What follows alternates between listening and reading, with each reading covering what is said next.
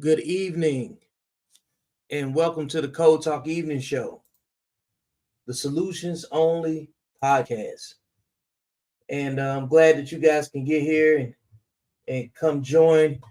Um, Today's topic is about the loud minority. Topic was inspired by one of my regular friends that I do business with and discuss issues with by the name of Christopher McClellan. He's not here at this moment in time. He might join, he might not. But the topic was inspired by the fact that we see a lot of complaining over social media and whatever interests people for the most part. And a lot of that stems from us paying attention to the wrong things with a a jaded perspective after a period of time. There's so many more things that we can focus on, obviously, but we got to stop giving the loud minority the microphone. And the traditionally silent minority, which is what I'm part of, I would like to say, we are the people that deal with the solutions. Very few people solve problems and very few people cause them. So if we just had an honest discussion about, how many of what percentage of people are on what side, that's what this discussion is going to be about today. So the loud minority is occupying most of our time with the least amount of discipline, the least amount of emotional discernment, and the most volume. Without further ado, I'm going to bring up to the stage Mr. Cavi Wallace. Glad that you can make it. Your microphone muted, man. You're supposed to be Yeah, I ready. see that. I'm ready. I'm ready. I'm ready. Whenever Antoine is ready to get on camera, you know what I'm saying? We're gonna bring him up. But in the meantime, Yeah. round of applause from the crowd. You know what I'm saying? I've been trying to do a couple little tricks here and there to work on my sound. You know what I'm saying? So, we trying to beat the madness, right? You know. Oh yeah. Oh yeah. Oh yeah. Oh yeah. So we've been in extensive conversation about this over like the last week or so. Right. Right. And it's really the tone of everything that we discuss is that Absolutely. it's the few that occupies the most attention, for the worst reasons.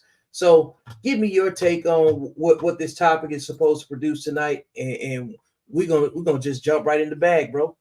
Well, so to begin this whole thing, I'm gonna just say a little something off of I believe it's the Nas nigga album.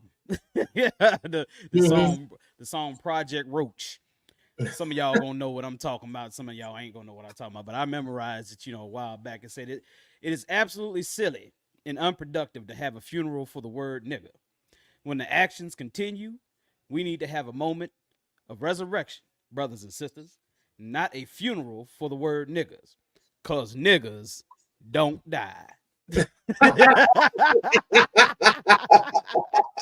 so so All right, all right, so okay, basically what I'm saying is, the loud minority is them niggas. Y'all yeah, already know what it is, you know what I'm saying? Because, for the most part, um, the majority of American Africans, I'm gonna use Dr. Umar's word. I ain't gonna say African Americans no more. I'm saying American Africans. The majority of us do what we are supposed to do. We yeah, go out here, we take care of our family. We definitely go out here and work. We pay bills. We do whatever. You know what I'm saying? And it's generation after generation. Like I said, the majority of American Africans do what they're supposed to do. But you do have that selected few, that minority, that loud minority, that unfortunately takes the spotlight off of, like I said, American Africans. It really does take the spotlight off of the ones that's doing right, which, like I said, are the most. And it's a problem. It's definitely a problem. When you get terms like black on black crime, there's a reason why you get terms like that. Because at the end of the day, black on black crime or crime is crime. Let's just be honest. It's really no proximity. such, right. It's just proximity. So you're going to have white on white crime, black on black crime, Asian on Asian crime, whatever. But we get, singled out and say black on black crime. Well, black on black crime is such a issue. You know, 19,000 homicides a year, and we're only a percentage of that, right? Right. So we'll say that we're 20 or 30% of that, right? So if we say we're 20 or 30% of 20,000, you know, you would say 5,000, right? So you got an additional. How many of us is it in America? How many African Americans? Is it I think 47 it's million? 47.9 million. 47.9 million. So we're talking about 5,000 out of 47.9 million, which it even isn't even a percentage. Okay. So the fact that it isn't even a percentage, why are we really addressing it now? I'm not taking away from people who have lost, loved ones due to crime and violence in the Black community. I'm not taking anything away from you guys because, yes, that's a tragedy. But to be honest with you, for every Black person that dies because of violence, you have a million that's doing well. Shoot, we'll say 47,000, or we'll say what 41 or 42,000. I mean 41 or 42 million that are doing just fine, and we're not having any issues like that. So we're talking about the vast majority of Black people. Vast majority of Black people work. Vast majority of Black people are working full-time jobs.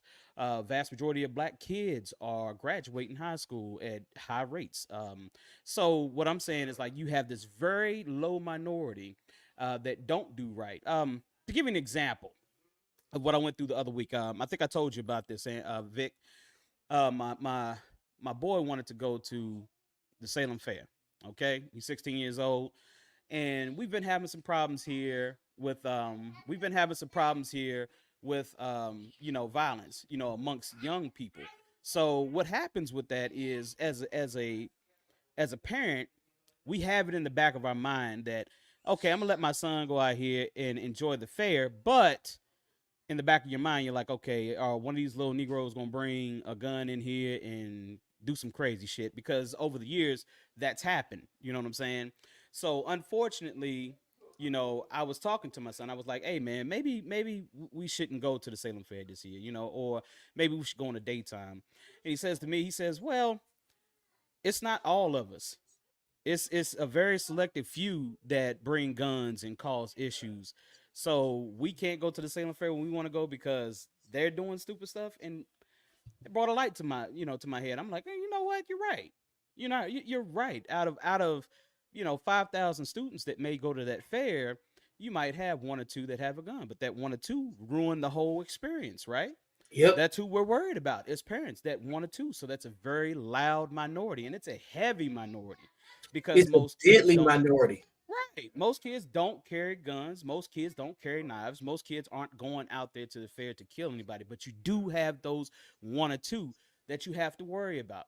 So it's a loud minority once again. So that's basically what the subject matter of this is, right? We're talking about a very small percentage of niggas that Yep. do really stupid things that hinder us as a community, and also it tarnishes our image as a community. Antoine was talking the other week. We were talking about the Tyler Perry movie, and he was like, "This is But ridiculous." let me bring Antoine to the stage because I Okay, yeah, want. yeah, he just got hit. Hey, without further ado, it's the other artist, Antoine Christopher. Everybody say what's up to Antoine. You know what I'm saying? What's up, bro? He get here on time and then still have to make an entrance. It's amazing to watch every time. You know what I'm saying? He get another curtain call already, man.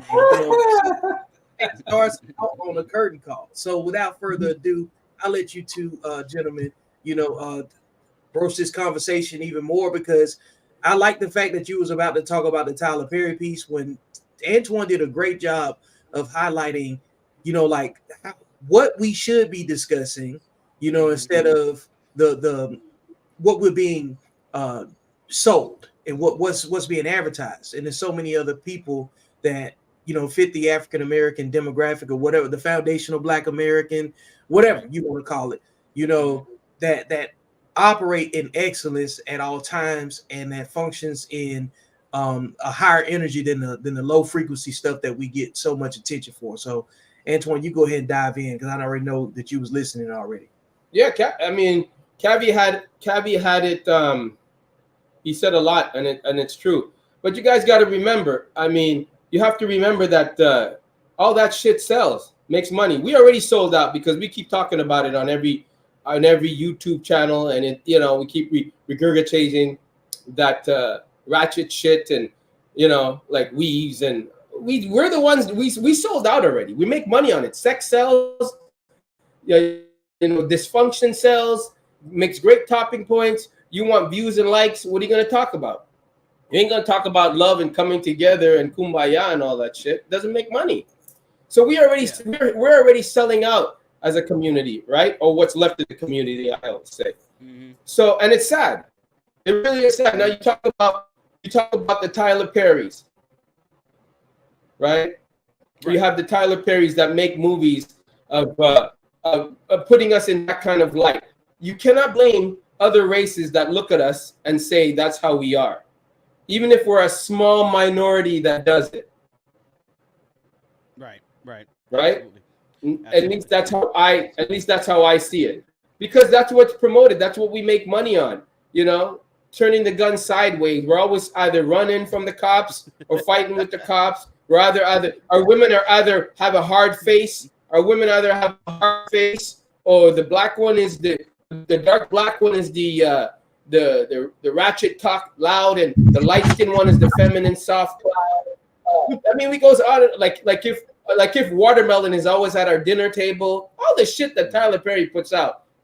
You know why Tyler Perry portrayed Medea? Because Tyler Perry knows most black women look like men. They look like drag. So he's like, let me play on that, and we fell for it. We fell for that shit. You know, heaven forbid he put a real woman up there, just like his other movies with the stupid funeral thing we saw the other day. Who was angry? The fat black one. And who was the soft one? The one on the stage looking all prim and proper, right? Meanwhile, it's the one on the stage that's usually the ratchet loud one, and it's the one that's fat is humble and trying to make peace. You know what I mean? It's like it's always the same shit. I'm not gonna fall for that. I don't fit in that. I'm the Oreo cookie on that one, because I don't want to fit into that, and I don't think anybody should fit into that. We got a lot of good black men. We got a lot of good black men doing good out there, and we never talk about it. Right. Yeah, the average person makes $47,000 a year. Yeah. So the thing is, they say that, you know, this is the only thing black people want to listen to, or this is the only thing that black people want to look at, you know, and, you know, we have to disagree, because at the end of the day, we've seen beautiful pro-black movies that we loved. We've listened to beautiful. Give me one. Give me one. You talking about pro-black? You talking about pro-black? Yeah, give me a good one. I want to hear a good one. Panther. Black Panther was definitely a pro-black. Oh, Lord have mercy. Look where you went. Black Panther. Okay, what's wrong with Black Panther? You got to break down what's wrong with Black Panther. Come on, give me something. Give me something with substance. How about Hidden Figures? Something like that. Yeah, you can go. That's better. Figures. You can go Hidden Figures. You know what I mean? Because Black Panthers, you can't use Black Panthers because we got mad that there wasn't enough black superheroes, even though we had Blade and we had, you know, Green Lantern. But I'm not gonna go there. We're gonna go with what everybody knows. I'm gonna tell you another powerful movie that people don't give credit to. You know what I'm saying? Because they were so much use of the N-word, but they didn't look at the message behind it and what it would do for the imagery of black people and what it would do for the children that watch the movie. Django was a really deep movie. You're talking about Django was great. Yeah, came out of slavery. He was his number one mission was to find his wife, and at the end of the day, he went through anybody that got in his fucking way. You know what I'm saying? And he got his wife. And that last part of the movie, where Django had to face, what was that man's name? It was Steve. And you know, Steve was hollering. He said, you know, what'd he say? He said, Candyland always gonna be here, nigga. We always gonna be here. And then you saw him light the dynamite and blew up the plantation house. Basically, you know, that was the equivalent of saying, okay, yeah, white supremacy has been here. You feel like white supremacy is always going to be here, but eventually this shit's going to fall like everything else in the world. And that's what I got from that take. You know what I'm saying? But at the end of the day, you have movies like that. You have inspirational movies like that. You have Malcolm X. You have an inspirational movie like that. You have. I don't want to talk about like Malcolm said. I don't do that. You look at even movies like Cool Runnings. You know what I'm saying? Cool Runnings, a nice little fun movie like that. Which one's Cool Runnings? Cool Runnings is what the Jamaica Bobsled. Cool Runnings. Is that the one with? Wait, is that the one with Billy Crystal? Yeah, I think so. The one with the Jamaican bobsled team. You know what I'm talking about? I like that one. That was funny. Right, That right, was right. back in the '80s, man. That was when it was Right. fun. Funny. Today Positive we're a bunch of movie. pussified, stuff, sensitive people. Right. So, like I said, you had these movies, even Meteor Man, something as stupid as that, right? You know what I'm saying? It's a funny movie, but you look at the purpose and you look at the reason why that movie was made, and you look at the messaging in that movie. Hey, you got a bunch of drug dealers coming to the neighborhood, taking over your neighborhood, bond together as positive black people and drive them out. Basically, what the moral of the movie was. So you had these movies that Harlem did Night. really, yeah, Harlem Nights, yeah, done a The wonderful one that job. Will Smith made with that guy, that accountant guy. Oh yeah, that was That's a dope. good movie too. Yeah, I I think forget the was name it of it. the banker? No. You talking about I forgot that one. uh Where him and his son Remember, was in and it. it's a true story based on a real man. Right, It right. happens. So Yeah. you had all these movies that have done really well in the box office, and for some reason, now we're on this trip where we don't let the coons take over. And me and Vic talked about that earlier. A coon rats. Basically, bro. Basically, at the end of the day, man, that's exactly what it is. Because I think what we've done is we have. Well, let me jump right there. Okay. We're in an effort to not use that word because it could be a strike, I guess, in YouTube. I know it gets stricken down on Facebook. When we get to a point where we are using words outside of the N word, we're going to use the C word. This is the graphic.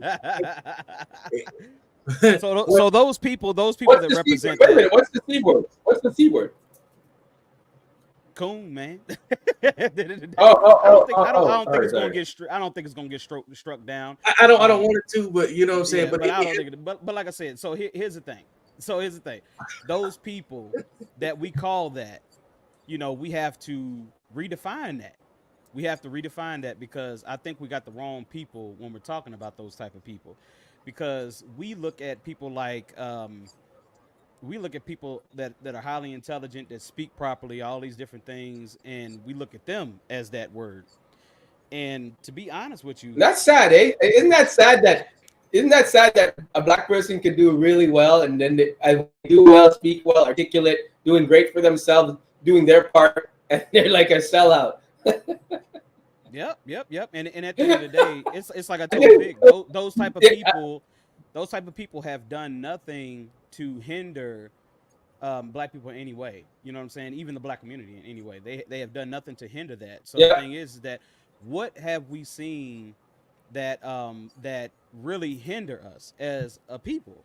You know what I'm saying? And we know who those people are. Me and Vic talked about this a couple of days ago. We were talking about, yeah, those people right there. Um, you need those type of people to keep the white superiority complex. You need those people to keep that going, because let's just be honest, we were on our way as a people, after slavery. Now we did have obstacles and everything, and we understand that, and we became a very powerful people in the 60s and 70s, and the enemy saw that, and by the enemy seeing that, they had to bring some type of stop to that, and whether it be through propaganda or whether it be through biological warfare, you have to have go ahead, put the picture up. You gotta have that person to make these things work. You have to have that person to make this machine go. If you don't have that person right there, the machine doesn't work. To give you an example, if you have crack in the 80s, right? So in order for crack to take over the black neighborhood like it did in the 80s, you had to have one of those people. Go ahead and show the picture.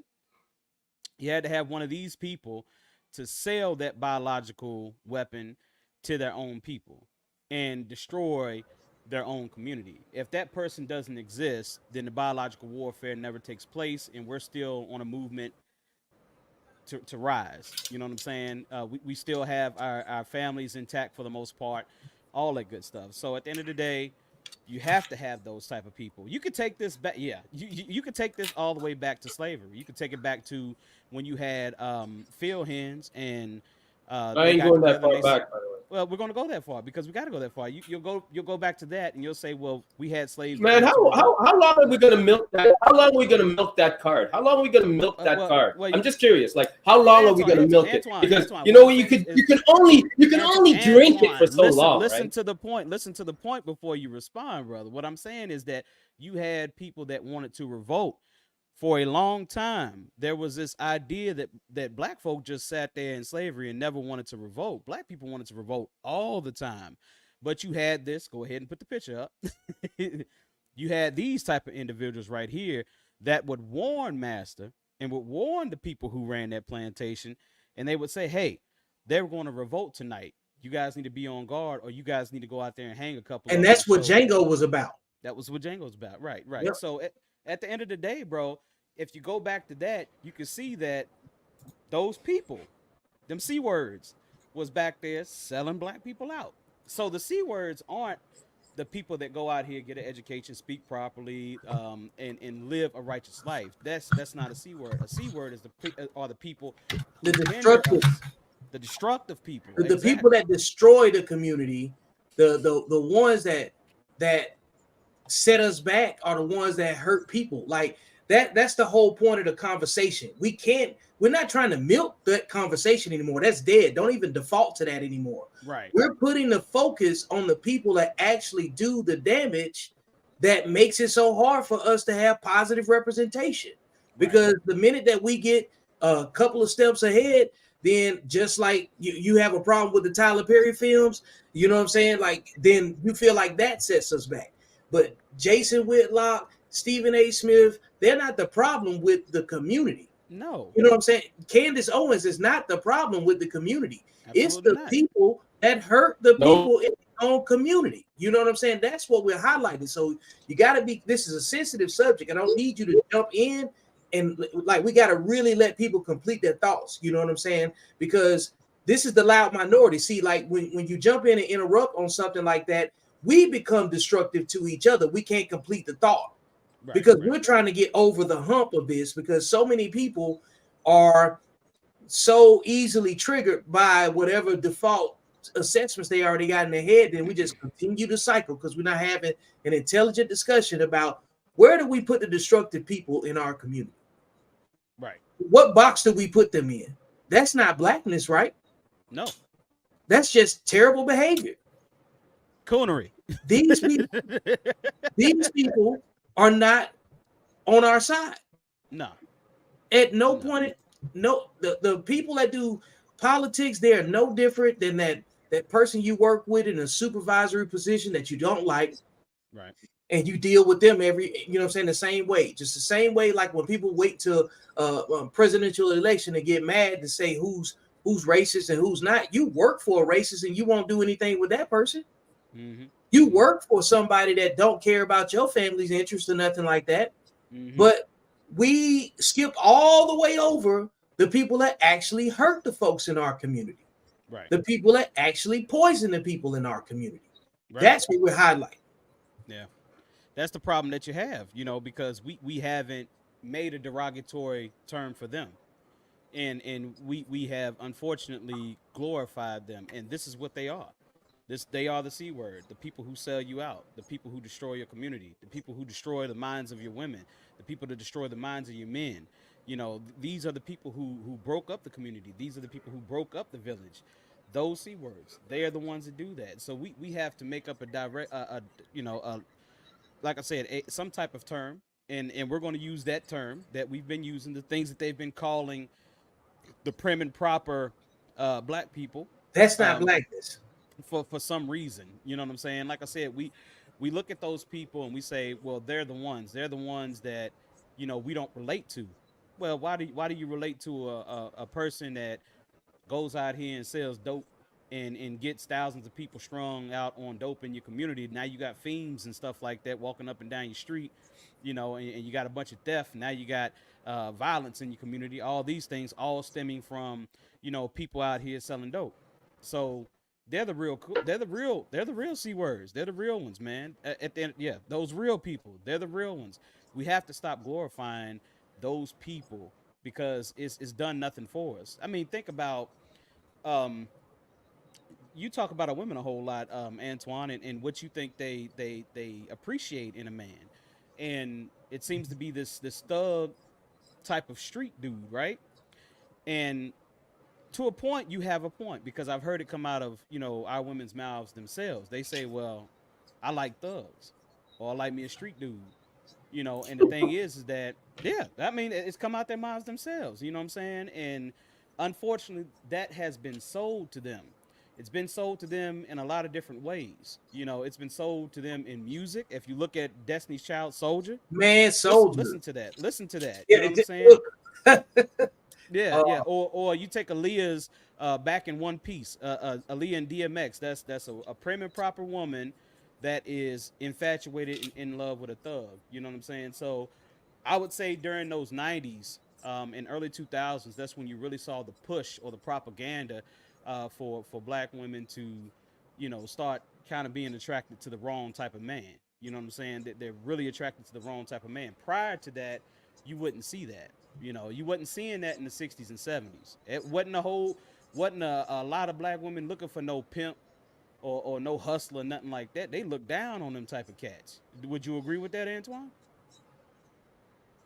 Yeah, I mean, yeah, I agree with it. It's just that um, I just feel, and I'm laughing because it's, woo, I just feel like it's amazing how, like, we always go to that. No, keep talking. I'm gonna put my thought together in a different way. Go. You want to put your thought together? Yeah, I agree. Okay. With it, No, okay. Yeah. yeah, because That's what I'm saying. the thing is this. The thing is this.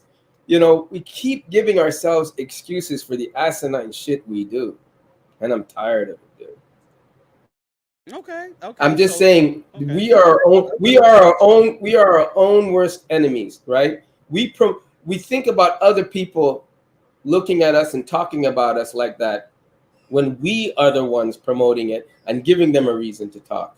agreed. Because we sold out no already. there. We sold, we sold out, and us selling out.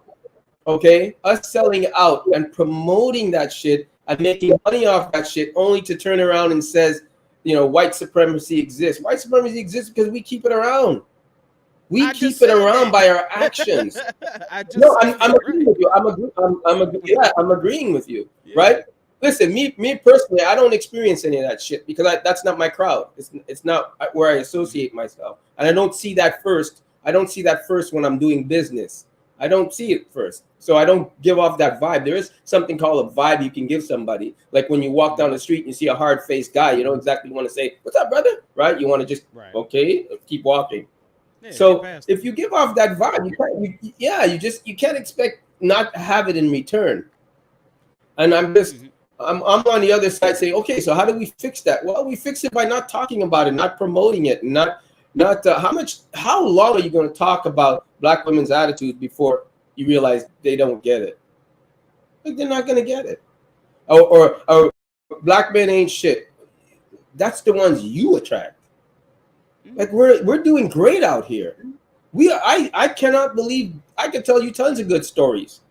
And sure, not everybody's making 100K like everybody on YouTube that lie. But the ones that are doing good and making a good paycheck combined with their significant other are living good. They're living good. They got their kids and they're doing great. They got their kids. Sure, they would want more, and but I don't see that struggle like that. I see a struggle between black women and black men in the community, in trying to, that little hatred we got going on.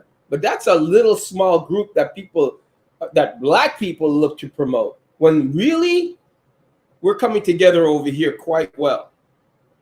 We're coming over here together quite well. That's, you know what I mean? You got a lot of people like Vic, you got a lot of people like the Vics and the Cabbies out there, right? And you got a lot of people like the Antoines out there looking for a good woman, and there's a lot. But where you're looking and what they talk about online, that's a little group that it's over here, and it's for views and likes, and I'm able to see that, right? Because we're the coons on how having this conversation. We're the coons right now in their eyes because we're not agreeing with the shit they do. That's all. Right. Right, absolutely. And I love solution based. You know, that's I basically what love we're saying. solution-based things. Loud minority, that loud minority, bro. And that's exactly why I brought this topic to where it is, because when we have a conversation, and if slavery comes up, it's just a pivot point, because we're talking about Right, going beyond it. We're giving right. it the reference it needs, so we can put it where it makes sense to put it. But it's Uh-oh. not. But it's not the excuse. It's not the. It's everything else that we're talking about leans into like over here on this side right here. This is victimhood. This is blame everybody. Yeah, This is the worst behavior, the um least desirable network of people to work with. They don't care about the community. They care about extracting from the community. They don't care about representation. So when we bring that up, that's the undisciplined side of the people that look like us, that make choices every day to either put uh to set their own people back. You know what I'm saying? So at some point it has to be a separation. Just like if we're going to have extensive conversations about women and the least desirable women, we put them on one side of the discussion, right? So we have to do the same thing with the men or anyone that fits that same behavior, because that behavior is not it's gender neutral. You know what I'm saying? Because there's plenty of destructive people out there that that make choices every day to um, hurt other people, and that's what it's about, man. Like we got people that hurt people, and we got people that help people. So we right, have to figure out, right. you know, we have to redefine what right looks like, and that's up to the way that we communicate with each other. That's with respect to platform, information sharing, and all of that. We have to be responsible for that, because nobody else is going to come and fix it for us. If we wait for other people to fix these things that we complain about, we're just going to keep getting the same type of movies, the same type of representation. You're not going to have the conversations that go with the behavior that is part of the minority that gets the attention. We have to create and control the narrative. Understand that this stuff exists that's over here, but that's not what we're dealing with over there. You know what I'm saying? And everybody else is entitled to that. We don't have to go in their spaces and tell them that they're wrong, because the way that they live is the way that they choose to operate. America's the land of the free, you know, and it's freedom of thought, freedom of expression. You're not necessarily free from consequences, but there's other parts in the world where none of this behavior is going to be conducive to them living a very long time. It's not even conducive to living a long time here. Nope. So we're going to deal with the majority of the people that want to have a safe life, want to be productive. You don't see elderly gangsters, man. No. You don't see elderly adult film stars. You don't see elderly twerkers. You don't see an elderly version of none of the behavior that we can't stand right now. Right. Right. Absolutely. I agree with you on that. And just to let you know, look like we're going through a little bad thunderstorm here. Yeah, so yeah, so if I cut off again, that's exactly what it is, pretty it's all much. good. Yeah, yeah, y'all got Yeah. the hurricane spinoff weather down Yeah, there. we got it coming up. Yeah, so it's gonna be running. It's gonna be raining Thursday through Saturday, pretty much. Yeah, I heard y'all So supposed to get a lot of flooding up along the eastern shoreboard from that. yeah, we ain't worried about that. We live up on a big ass mountain, so Yeah, yeah, you live more of the western side of Virginia anyway. yeah, So yeah, Southwest, right? So at the end of the day, like I said, I can appreciate what we're talking about here because it's been a subject that people needed to talk about for a long time, and like I said, you could use it in any way and see that, like I said, we're definitely affected by that, and like Antoine said, when do we change the perception? When do we say, okay, we're not going to support this film because it's not representing us in the right way? When do we do that? How do we start that movement? And that's the solution. Like, how do we start these movements and say, okay, the next film that comes out that is portraying us in a negative light, hey, let's go ahead and say, hey, yeah, we're not going. We're not going to the movie theater. yeah, It's got to be something or we're not opening up this on Netflix, or we're not opening this up on Amazon Prime until you get the message right. because at the end of the day, we need you to get the message right. To get our respect in the way that we need to get our respect, we need to respect our image like every other race I almost respect their think image. I almost think that you just ignore what you don't like, Yeah, and you absolutely. just keep plugging away with the the topics that reflect your behavior. Hmm. Everybody has a side. We got, like, it's no different than any community out there that, you know what I'm saying, puts his flag in the ground and say, like, you got the rainbow, you know what I'm saying, group of people that put their Right. flag in the ground and say, we don't align with anything else that you guys are talking about, good, bad, and different. They don't, you know what I'm saying, they don't owe us anything and we don't owe them anything. Right. You got the group of people that like tractors, shooting, you know what I'm saying, shooting firearms, hunting. Like, there's a whole, like, everybody is really broken down and segregated by activity, not Hmm. just, you know what I'm saying, skin, not just, like, where they shop or whatever. Activities bring Hmm. people together. Yeah, it can. Activities create community. Yeah. Like, if you like to sit down and eat, you probably gonna sit down with a bunch of other people that you don't have, you know what I'm saying, recipe sharing conversations. Hmm. If you like the barbecue, that's an activity. And activity is a niche, you know what I'm saying, in itself. Right. Right. People that play a certain sport, like, I don't know any hockey players. I don't know what they discuss. Hmm. You know what I'm saying? I don't know any, like, you brought up bobsledding, with the movie Cool Runnings. Right. How many people actually know how to train for bobsled? You know what I'm saying? Hmm. Antoine has his own niche community as an artist. You know what I'm saying, Right. Kevin? You Right. got your own niche community as a philanthropist. You know what I'm saying, in your own community. Right. So do I. And none of those people that I, share my ideas or my creative content with are these people. Right. None of them. None of them. None of them. You And that's know, destructive. That's destructive. it's just destructive. I don't hang out with people that destroy where they live. Hmm. Hmm. And even though, like, even the community I came from would probably fit, you know what I'm saying, traditionally, well, now present day, a destructive community, it wasn't like that.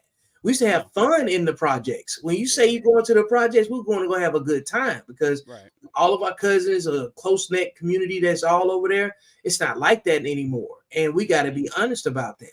how Hmm. many how many how many rappers and entertainers have we watched get destroyed by their own community? Oh man, shit, man, it's too damn many. Too many to damn name The now. same ones that love saying he's from here or she's from here, and we watch the same places destroy the same people. You know what I'm saying? It's We have to be honest and open about that, man. Like, you wouldn't send your kids down there. No. No. So I want to draw a line of distinction on this. They're entitled to do whatever they want to do based on where they live. Right. It like and we're talking about the days and the nims and all of the other pronouns or whatever, but I'm only talking about people that fit the behavior, nothing else. You know what I'm saying? Because white people got the same issues, but they know how to draw a line and say, oh, that's, you know what I'm saying, the lower income, you know what I'm saying, behaving Right. community over there. You know what I'm saying? They got Right. the Right. they got the white version of these cats too. You know what I'm saying? And that's what a Because lot of people don't get. That's what a lot of people don't get is they it's got their about the version of it too. behavior. It's Yeah. it's not the see, we got to distinguish the behavior from the stigma. You know what I'm saying? So that's why I talk about behavior so much, because behavior is a choice. It's how you think and what you choose to do with your thinking. Hmm. Absolutely. Absolutely. And I think this is the reason why you're starting to see a lot of different groups coming up now. I think because we're starting to separate ourselves from those type of people. You know what I'm saying? I'm starting to see that separation. Because like I said, when you look at these people online and they talk about the films that they don't appreciate because it's giving the wrong message. I've seen those in the thousands now. Where people are expressing themselves. Hey, I'm a person that's been in the movie industry for a long time. They'll say that I'm a person that's been in the movie industry for a long time, and I don't appreciate what they're showing on here. Can we do better? Hey, Tyler Perry, you got $1 billion infrastructure over there, filmmaking infrastructure over there. can you do better? So black people are really starting to ask, hey, can you do better? And the way that he responded to that, well, these highbrow Negroes out here don't appreciate what I'm doing. He's not even listening at the end of the day. Like, you've made plenty of money. You got plenty of money. You don't need to make films like that anymore. He can literally change the message overnight. Him and Oprah. They could change the message overnight. Yeah, but but that won't make him money. He's going by what makes him money, and that's the sad thing, right? Because the movies that did really well, like the true story of the baseball player, and the reinforcing stories of Hidden Figures, and that don't make money like the Medeas. That don't make money like they don't. Mm-hmm. He should have been the one producing Blade. He should have been the one producing the next Blade. He should have been the one. He should have been the one. He wanted to go off and do his own thing and make his own money independently. No, you should have actually joined the Marvel universe and bringing the black characters that are strong, right? You should have joined. You should have joined on board with the Black Panthers. You should have produced Black Panther. But that's not going to make him the money and get the laughs. It's not, Mm-hmm. and he doesn't want that, right? I mean, we have enough people in power to own, not a percentage, own teams, Mm-hmm. right? We have enough to do that. We have everything in place to do what we need to do. But you know what we don't have? We can't come together as a race. We can't. Actually, We can't. Antoine. Because anytime you put a bunch of us in, every time you put a bunch of us in a room, someone's bound to get shot, stabbed, or killed. It's just the way it is. And it's sad. We think that's the way What do people look forward to? What do people look forward to watch the BET for the red carpet events? Because that's where the real action is. Mm-hmm. That's where the real action is. Because that's all you see in the papers and the Inquirer and all those stupid magazines. All you see is the red carpet, not who won. Not all you see is the hair color, the long eyelashes, the fight that broke out between who and who couldn't get along, who's slapping who. You got to change that image. You got to change that. I don't even know why.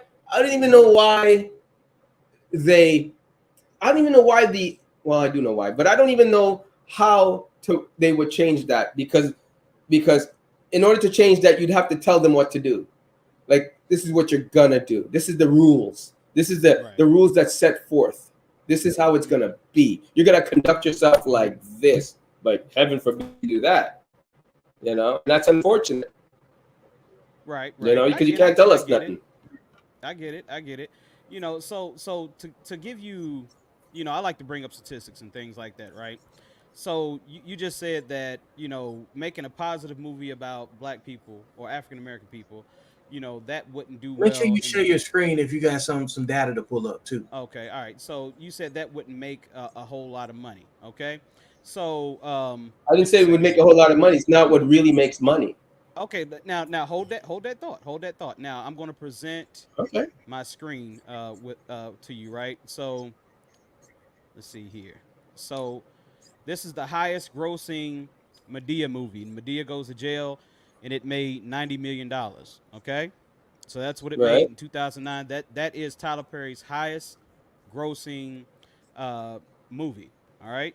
So let's go to the next one. All right. So we compare this to Hidden Figures. Now remember, 90 million. Hit present on the bottom of your StreamYard if it gives you the chance to share the screen. That's what I'm doing. Hold on. All right, can you see it? I'm pulling it up now. Hang on a second. Okay. All right. Let me manipulate it real quick and we can Now, like I said, Antoine, Vic, make sure you remember that Medea's Going to Jail or Madea Goes to Jail was Tyler Perry's highest grossing film at $90 million. Okay? Remember that. Keep that in mind. Can you manipulate the screen to make it bigger? Yep.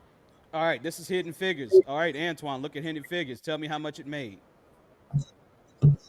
How much did all the Madea movies make in one? He didn't only do one. Hold on. See? You fucking up. You derailed. Listen, Antoine. Tyler Perry's highest grossing movie of all his whole career was Madea Goes to Jail. $90 million. So that's one movie versus this one movie. Hidden Figures. Read how much it made. Is that the 236.2 million? 236.2 million. And who made it? That's not even a black Wasn't Tyler producer. Perry, right? Wait. No, Wasn't Tyler Perry? It wasn't Tyler Perry, did right? not. No, Tyler So Perry didn't why? make So, that. exactly. Tyler Perry didn't make that. What I'm saying is, if your Exactly. argument in saying that's the only thing that makes money, Antoine, that's a fucking lie. Because Hidden Figures more than doubled what his highest grossing movie made. It doubled it, more than doubled it. You know what I'm saying? So it almost tripled it. I didn't it say almost fucking tripled it, bro. I didn't say that. That's I not the didn't say shit that that. we. I So what didn't I'm say saying that. is I that didn't that's say not the that. shit that we want. That's not what black people want, bro. I didn't say that. I didn't say that. I All right, what are you said saying? that's the only thing I said, and I'll make it clear again. I said that's the only shit that we think makes money. Our mentality. That's what I said. Why We would think we all think that Medea shit. We think all that Medea shit, all that angry black woman shit, all that we think makes a lot of money, gets views, likes, and shit. But on the other hand, that we call the white supremacy and shit, and that we don't get roles, they decide to make quality. We make the shit.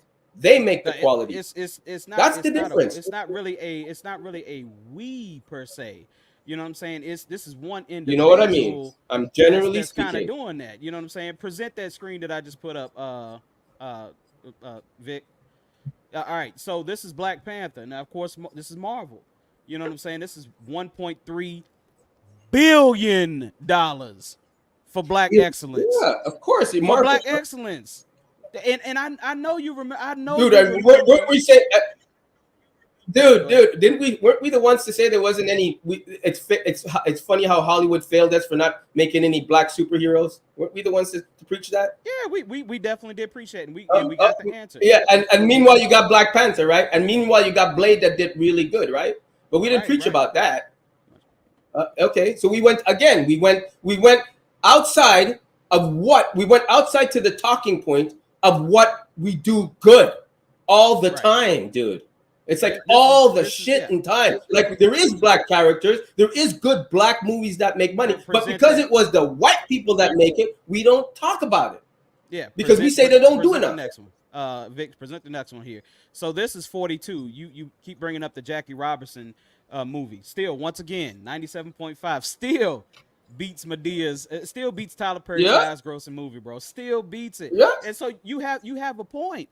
The thing is that the white producers and white directors and white story writers are showing people like Tyler Perry, people like Oprah Winfrey, hey, there's money in showing black greatness. There is money in this, bro. There is a lot of money in showing black. I know. Black people like to see themselves in a great light. We love it, bro. We love it. So I don't understand why a person like Tyler Perry and Oprah Winfrey will not take advantage of that. Well, we do understand because we know what their place is. We know what they're here for. You know what I'm saying? Why would you take making less money? Why would you do that? Why would any idiot do that? Does that make any sense? Why wouldn't Tyler Perry try to make another Marvel-like character and really advertise it and put it out like that, like Black Panther? Why wouldn't he do that? Because, like I said, we came to the conclusion it made $1.3 billion off of that. Why would you not try to mimic that? Why are you still going back to the same stupid shit and not making anywhere near the money that you could make? Well, there's a reason for that. And we know what that reason is. You've been put in that place for a reason. That's that propaganda machine that I keep talking about that people don't think is there, but it's definitely there. Why would you take $24 million on your last project when you can make $200 million? Why would you do that? Does that make any sense? So you're telling me that he doesn't have the capability or he's not capable of writing something of substance? All these damn historical stories that he could fucking write about? I mean, he of could course. Go out there, bro, he could do a new Black Panther movie, not the superhero, but the actual Black Panthers. He could do that and make $200 plus million by doing that. You know what I'm saying? So this is what we're talking about. We're talking about the loud minority. The loud minority gets funded too. It really does get funded, you know, and it gets funded very well by an entity that we don't see.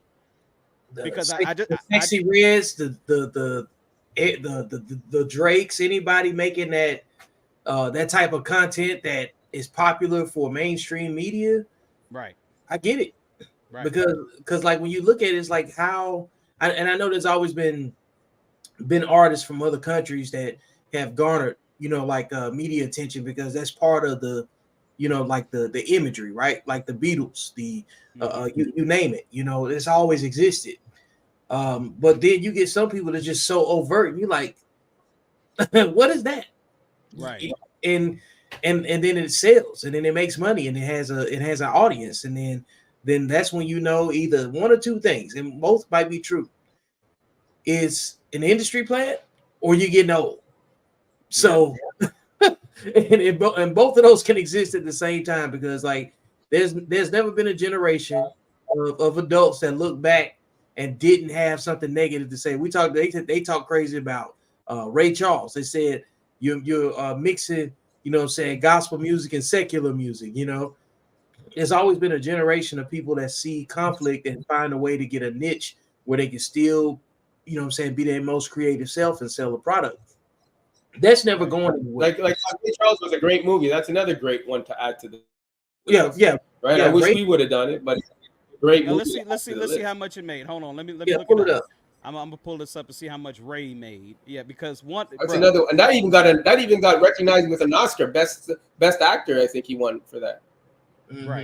right. Yeah, which he was did wonderful well things with deserved. that. God damn, he played that so good. He played that so good. It made me want to cry how good it was. Right. Hold on, how much money did the? Hold on. I'll look it up. Did the Ray Charles movie make?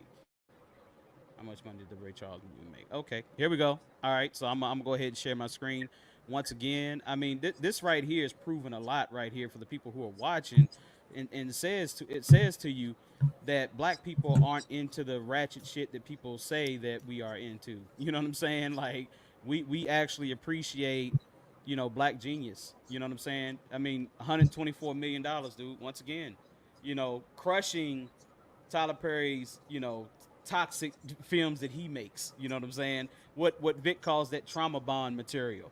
You know what I'm saying? So basically crushing that, man.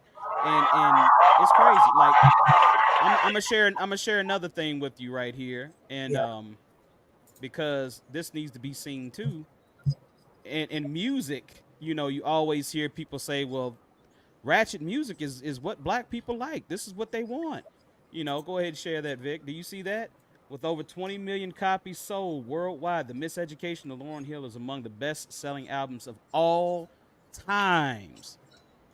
This is probably one of the most positive albums that you have ever heard in your life, bro. Look how she titled it. The Miseducation of Lauryn Hill. That's titled after the miseducation of the Negro. You know what I'm saying? So at the end of the day, bro, no, we don't like this ratchet shit. we nobody else is getting anywhere close to that many sales that's selling this ratchet shit. Hell, Sexy Red can barely sell her fucking her damn concerts. She can barely sell tickets to her Who is concert, Sexy Red? bro. Who is that? Who is oh that? boy. Oh, you know I don't who know. Sexy Who is Red that? is. Go ahead and pull No, up. All right, let me pull it up. You know what I'm saying? So hold on. Let me because Google it. Let me see if I know her. Hold on. no, I got you. You ain't got to Google Let me nothing. pull up something. Okay, you ain't got to Google Oh, nothing. okay. Go ahead and present it. Vic after a while. Here, hold on. Yeah, It's about to come up. It's I'm about to waiting. come up. Yeah. So go ahead and present that. This is your girl, Sexy Red. Trash. Industry plant. Industry plant. Maybe I know her, but I don't know her. Oh yeah, that one. That one's full of tattoos and shit. Yeah, I know that one. I seen her on Facebook. Right. Yeah, Right. I seen Right. her on Facebook. I seen her. Yeah. So this is the thing. This is the thing that's happening now It's amongst the music industry. What you're seeing in the music industry is they are literally going out finding the dumbest black people they can possibly find to promote to our youth is what they're doing. The dumbest they could possibly find. You know what I'm saying?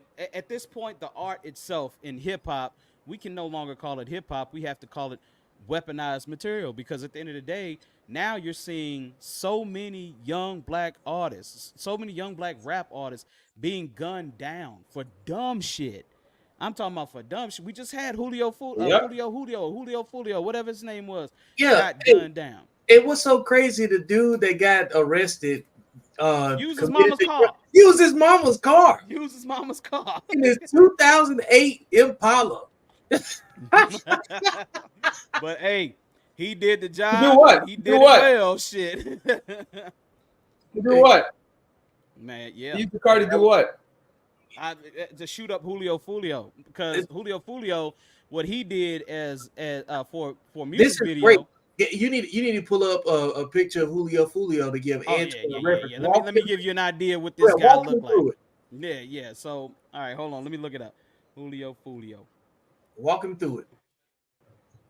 And when you see this boy, Antoine, you're automatically gonna say, "Oh yeah, he's one of those kids. He's one of those special kids. He's one of those short bus riders." You're gonna say that to yourself. You're gonna be like, because you can look at him and you can see it in them. You can see that these are the dumbest of our kind, bro.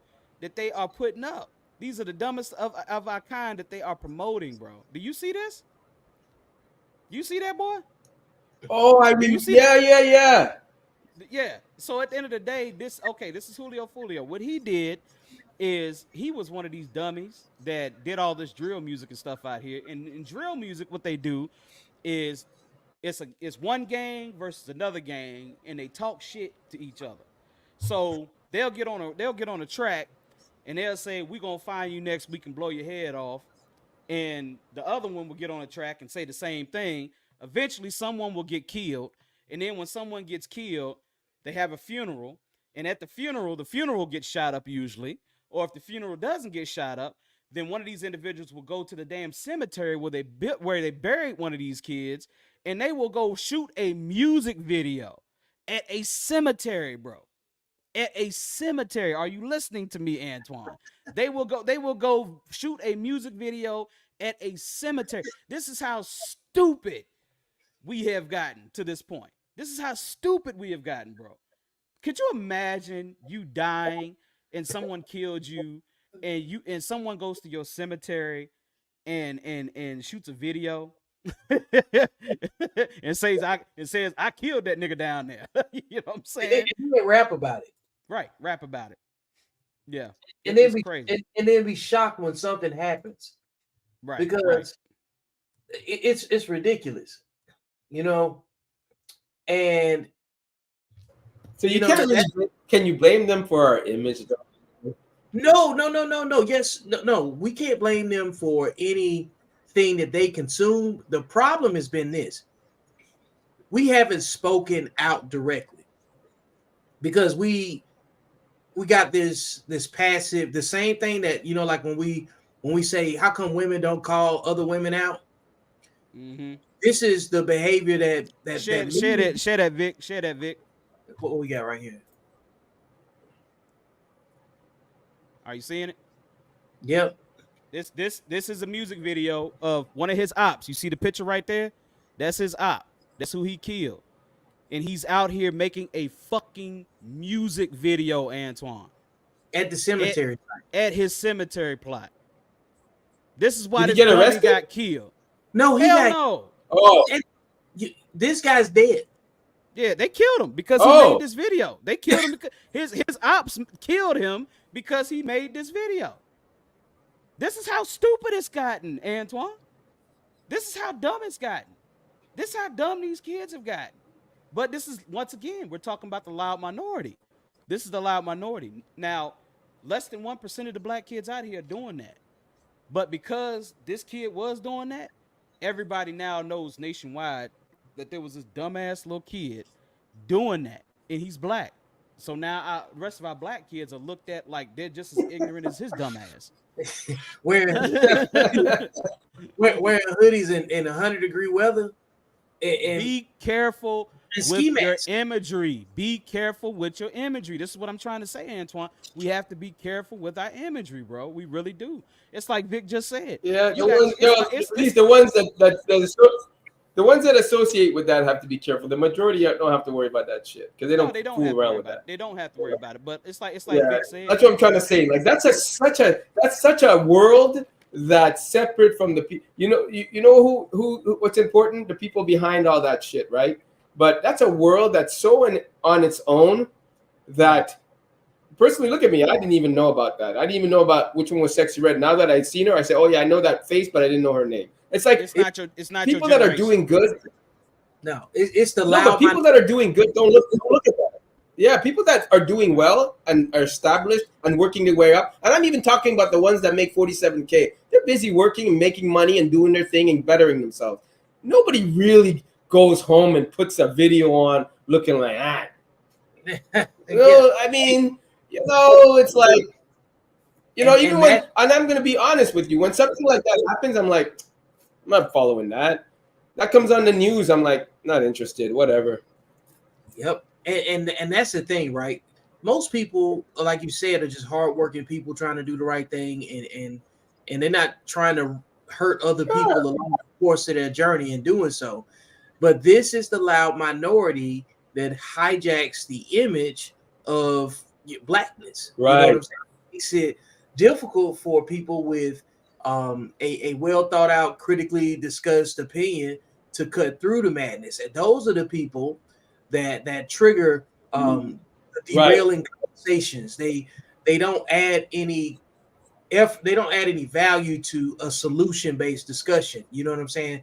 That's why we have to use the imagery to have this type of discussion and say, hey man, put that over there. You're not going to know anything about that because you don't behave the way that they behave. You don't participate in the activities that people in that niche group of people in that loud minority move. You know what I'm saying? Because they are their own threat. We're not a threat to them. They're not even truly a threat to us. You know what I'm saying? But the thing is, the imagery and optics has such a long-term impact that if we don't have a conversation around it, nobody's going to really make the next effort to distinguish us.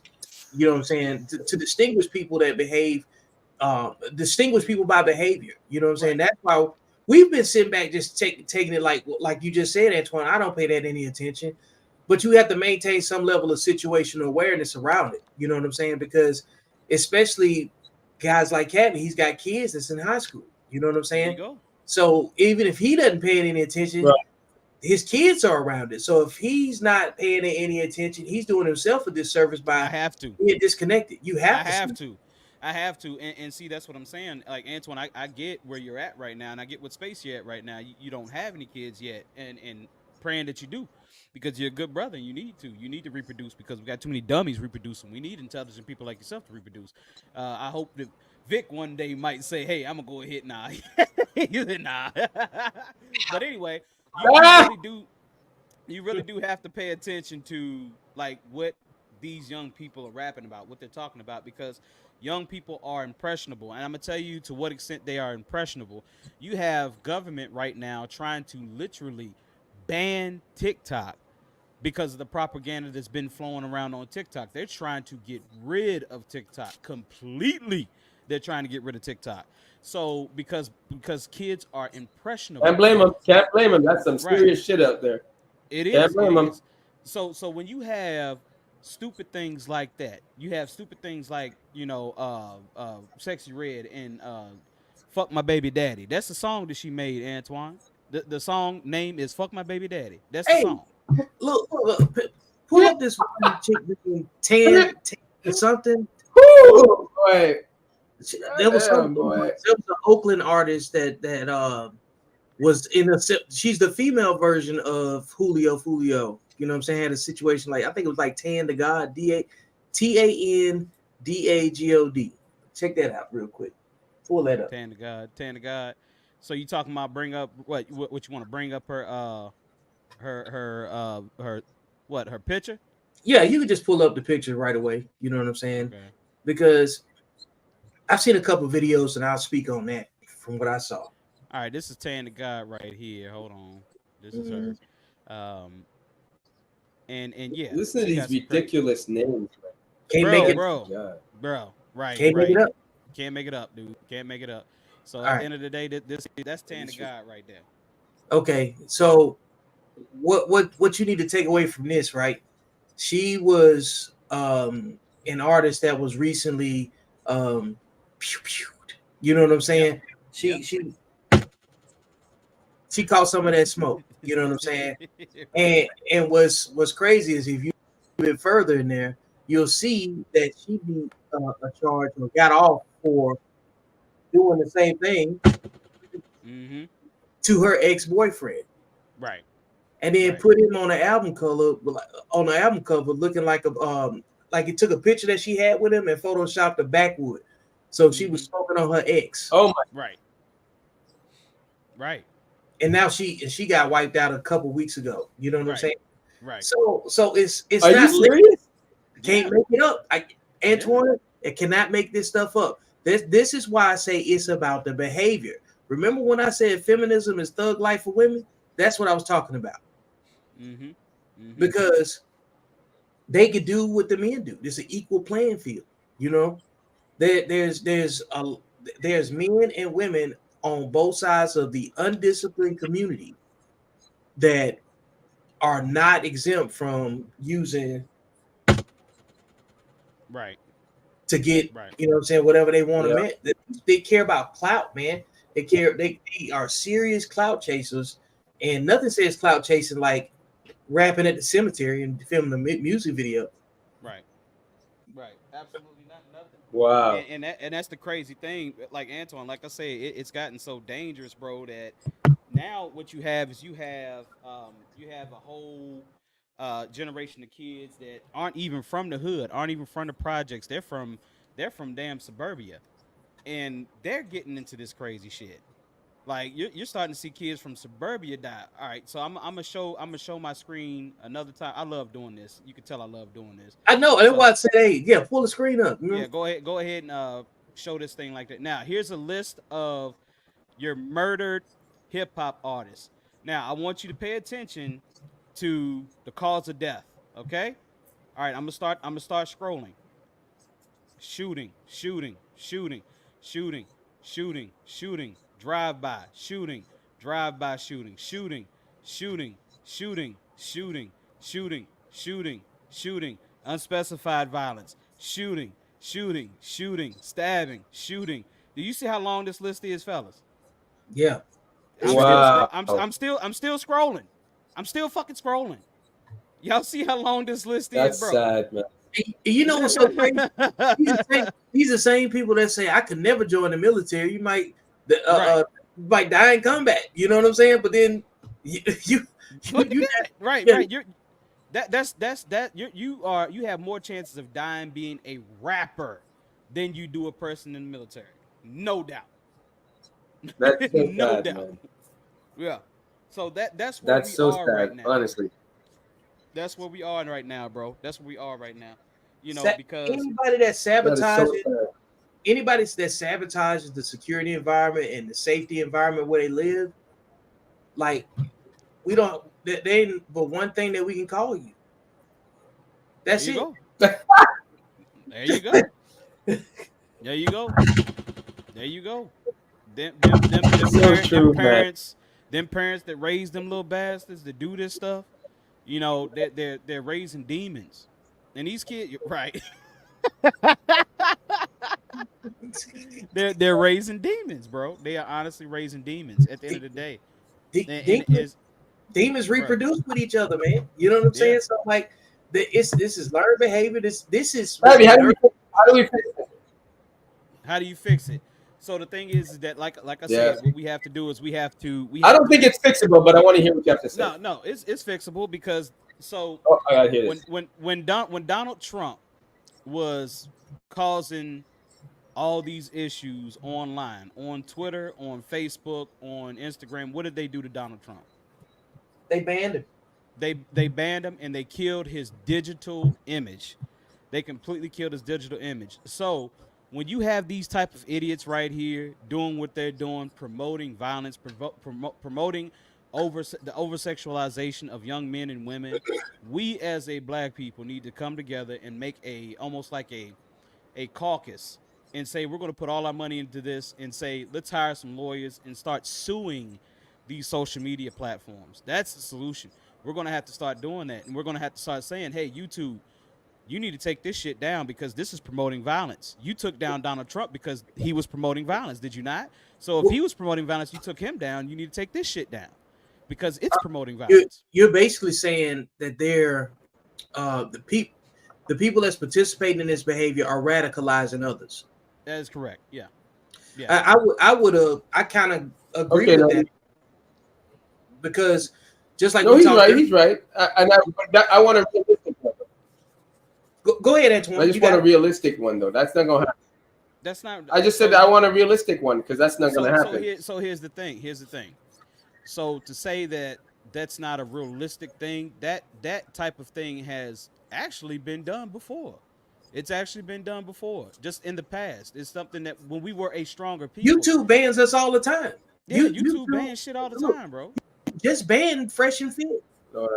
Well, so and they look at Fresh and Fit what they were talking about, man. Come on. No, but listen, that's the point. If they just talking, they're not even radicalizing people to commit violence. If people are using the same listen, Fresh and Fit has not been linked to any violent things that I know of. Radicalization is radicalization. Now, they have been linked to they've been tied to hate groups and stuff like that in terms of like who they have inspired. But we're talking about the same topic, right? Who is the real? Right. Here's it. You see what I'm saying? Like what Fresh and Fit is doing is not out there doing what these guys are doing to each other. They're not folioing people out here. You see what I'm saying? We just showed you a long list of rappers just cannibalizing each other, right? And the method of communication they use not happening in country music. It's not happening in R&B. It's not happening in salsa. It's not happening in people playing classical music. It's this demographic of music that who it appeals to. Only that.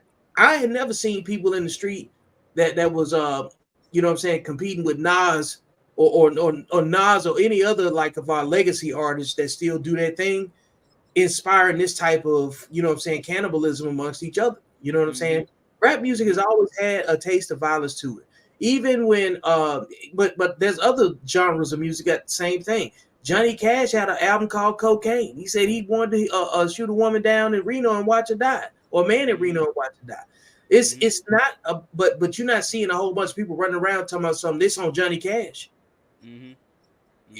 So what we're talking about is just looking at the outcome and the behavior and the fact that law enforcement use social media to catch these same people.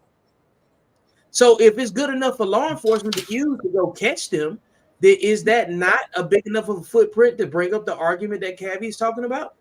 Yeah.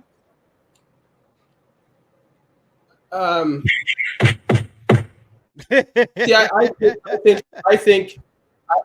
Hey, that was working good. That was good. Yeah, that was good.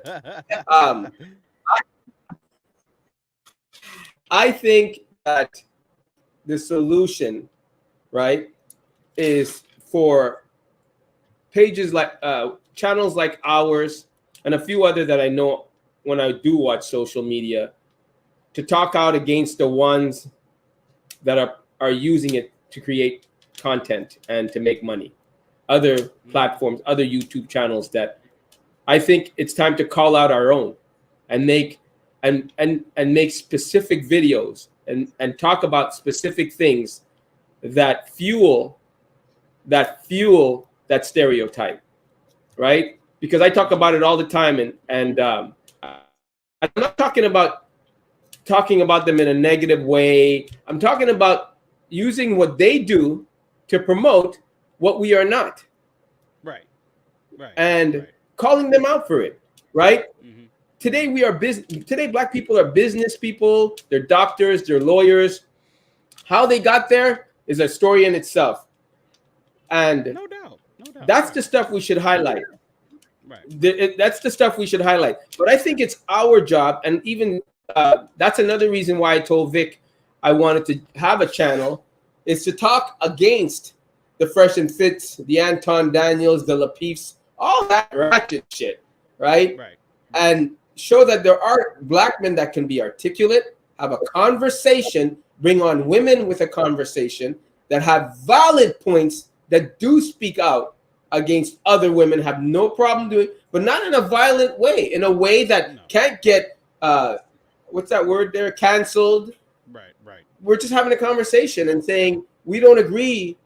I could show you a clip with Kevin Samuels. As much as I love the man, when he rest his soul, but I don't agree with the way he conducts himself in areas. I don't agree with him that that men should exercise options. That's not a great, strong family. I don't believe in his way that marriage is a business, even though it's a business in a sense how you distribute what you have amongst each other. I don't believe it's a business as far as two people coming together. I think that men that do exercise their options are undisciplined and undisciplined sexual men.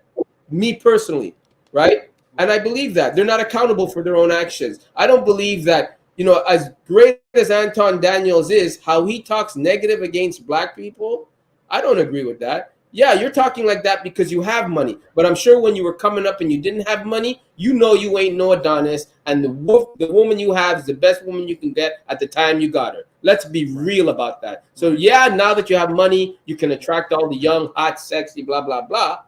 But let's be realistic. That's not helping our community. That's not helping bringing families together. Saying that, no, you don't date today, you just get together. Well, shit, that's how they got pregnant. Right. Shit, man. Now, earlier, we talk positivity here. Right. Now, earlier you were saying, hey, Kevin, give me a realistic, realistic solution. And I simply said boycott the things that we're watching. We have to come together as a unit. So here's the thing, and this is what I will say about people of the Divine Nine, right? And a lot of people don't like people of the Divine Nine. I love them because they're organized and they're heavily organized. You know what I'm saying? Antoine, do you know who the Divine Nine is? No, I swear to God, you just took it out. I was just about to ask Abby. You got to explain that one to me. So the Divine Nine, it comprises of 9 Black Greek fraternities. All these people are educated. Most of them are, they're very well networked. And when I say they network. They are a very powerful black entity. Actually, when Kamala, she announced her presidency, she's an AKA, which is a part of the Divine Nine. They came together, and I think it was 200,000 in the black sororities that came together, and then there was another 200,000 meeting amongst the black fraternities. You know what I'm saying? So, like I said, they're well put together in a tight knit community. And the reason why I say that is because I want to display this on the screen. Hold on, Vic. I'm waiting. And when you say give me a realistic solution, here you go. So this is Sorority Sisters right here. It was a actual show that came on VH1. And Sorority Sisters, when it came on, it offended the black sororities so badly that they went on a damn epic boycott online. So as you can see right here, it says Sorority Sisters was canceled just 1 month after December 15, 2014 premiere. So that's 1 month. It was aired for 1 month, and this is what happened to them. It says, after receiving weeks of Twitter backlash, online criticism for its portrayal of black sorority girls, the network has decided to bring its reality TV show to an abrupt end Friday night. Look at that, Antoine. Look at that. This is what organizing does for you. That's what organizing does for you. So don't say that that's not reality. That is reality. The thing is that black people as a whole or a bigger unit have to come together like the Divine Nine, because the Divine Nine is extremely powerful. They can get things removed because they're loaded with lawyers and judges and shit like that. Like, they have that. You people may refer to the Divine Nine as the black. Is that the only story you have on them? Is that the only story you have on the Divine Nine? That's one. That's one. Okay, that's one of many. They got plenty of them. Right. They got plenty of stories like it. So let's take even the George Floyd incident, right? Black Lives Matter. Look at that. Black people organizing, coming together as one. Look what that did. It changed laws, bruh. It changed laws. At one time, Antoine, we never saw a policeman who killed someone get locked up. We never saw that. And now you're seeing it all the fucking time. You know what I'm saying? It changed laws. So we can't say that black people are so far apart and we're so divided that we cannot possibly do this. Yes, we can. The thing is that we have to see Which I one? I'll say Which I black don't think that Okay, Vic, I'll give you the that. ones we're talking about.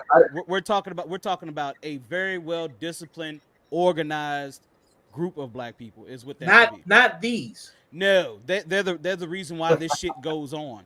But Talking about I'll say undisciplined.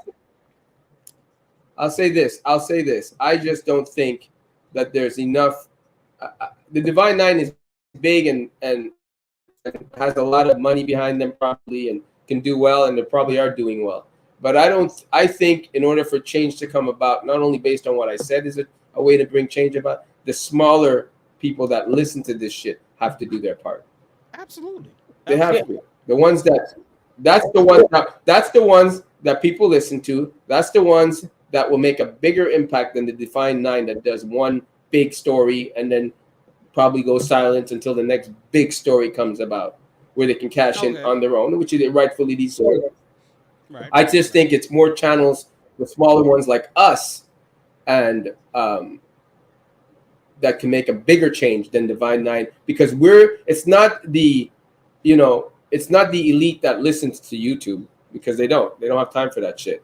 It's the ones like you, me, and the regular people out there. What do you mean? Well, you think people tune in? You think people of wealth tune into Lapeef? You think people of wealth turn into Fresh and Fit? Yeah, Oh, you you gotta be kidding me, bro. hold on. You do realize that your presidential campaigning now is more geared to online than It's going to be on correct? social media than anything. No, I'm not saying they don't promote. Listen, I'm not saying they don't promote online. I'm not saying that. I'm saying they don't tune into that shit. They don't. They absolutely do. They don't. That's what we disagree. These people are. You can't disagree because these people respond. They respond to them. They tune in to promote. They tune in to promote their shit. They tune in to promote their shit and reach the audience, but they don't listen to it on a regular basis every time it comes on. It's not their avenue. It's not their interest. How do you think Candace Owens got? How do you think Candace Owens got famous? Antoine? Let me jump in here, because she's talking about black people and the negative things they do and how she's not part of that. Let me clarify this. I just said earlier that law enforcement watches the behavior. If law enforcement, somebody is sitting down and studying everything that comes out. Remember earlier today when we spoke today, Kevin, we talked about like when Osama bin Laden, when he was knocked off, right? And the number 2 target was already being discussed and where he was going to be found. And they was monitoring his YouTube influence. And this was in 2011.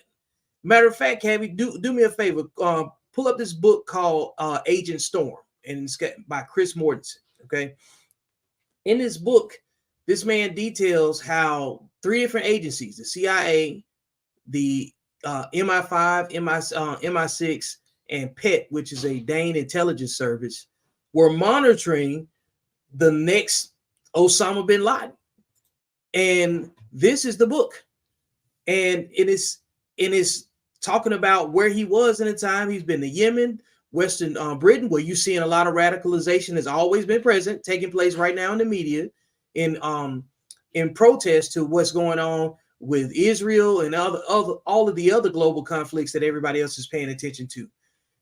You can't discount who's watching it. And if it's being watched by the premier 3-letter and 4-letter agencies out there on an international level, you cannot dismiss the availability of raw intel and raw information coming directly from the source that connects it directly with its user. This is how they've been able to. Andrew Tate, he's not even, like he's been, tried, tested, and badgered or whatever you want to go about. He's been held in international confinement as of right now, right?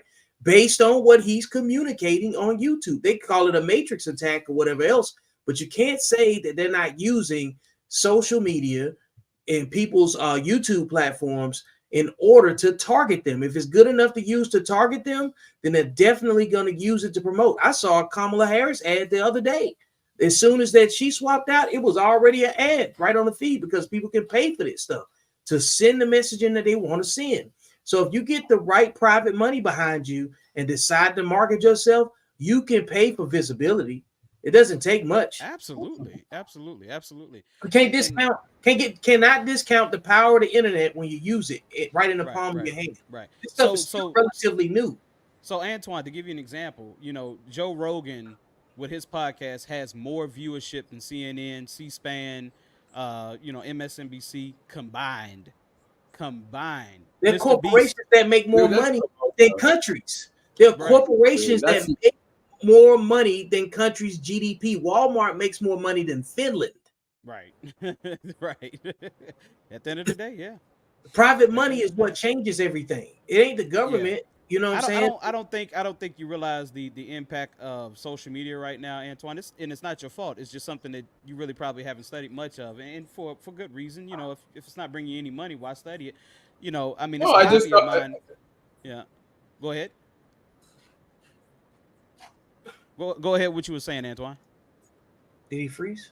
I don't know if he froze or not, but to tell you, but to let you know. I was saying, sorry about that. I was saying, listen, I as much as you guys are saying, and what you're saying is true, but you're going to the extreme of Joe Rogan's and all that sort of stuff. Like I said, in order for change to come about, it's got to be the small channels that make the change. It's not going to be the big ones. Absolutely.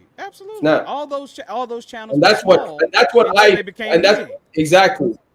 Yeah, and that's what I'm saying. Like our channels, the smaller ones, has got to speak out and stop it from happening. Saying, listen, tune out of that shit. That's not how we are as a people or a group. We're not. That's a small group that does it like the raccoon for views, likes, and money. And I don't want to be based on it. I just.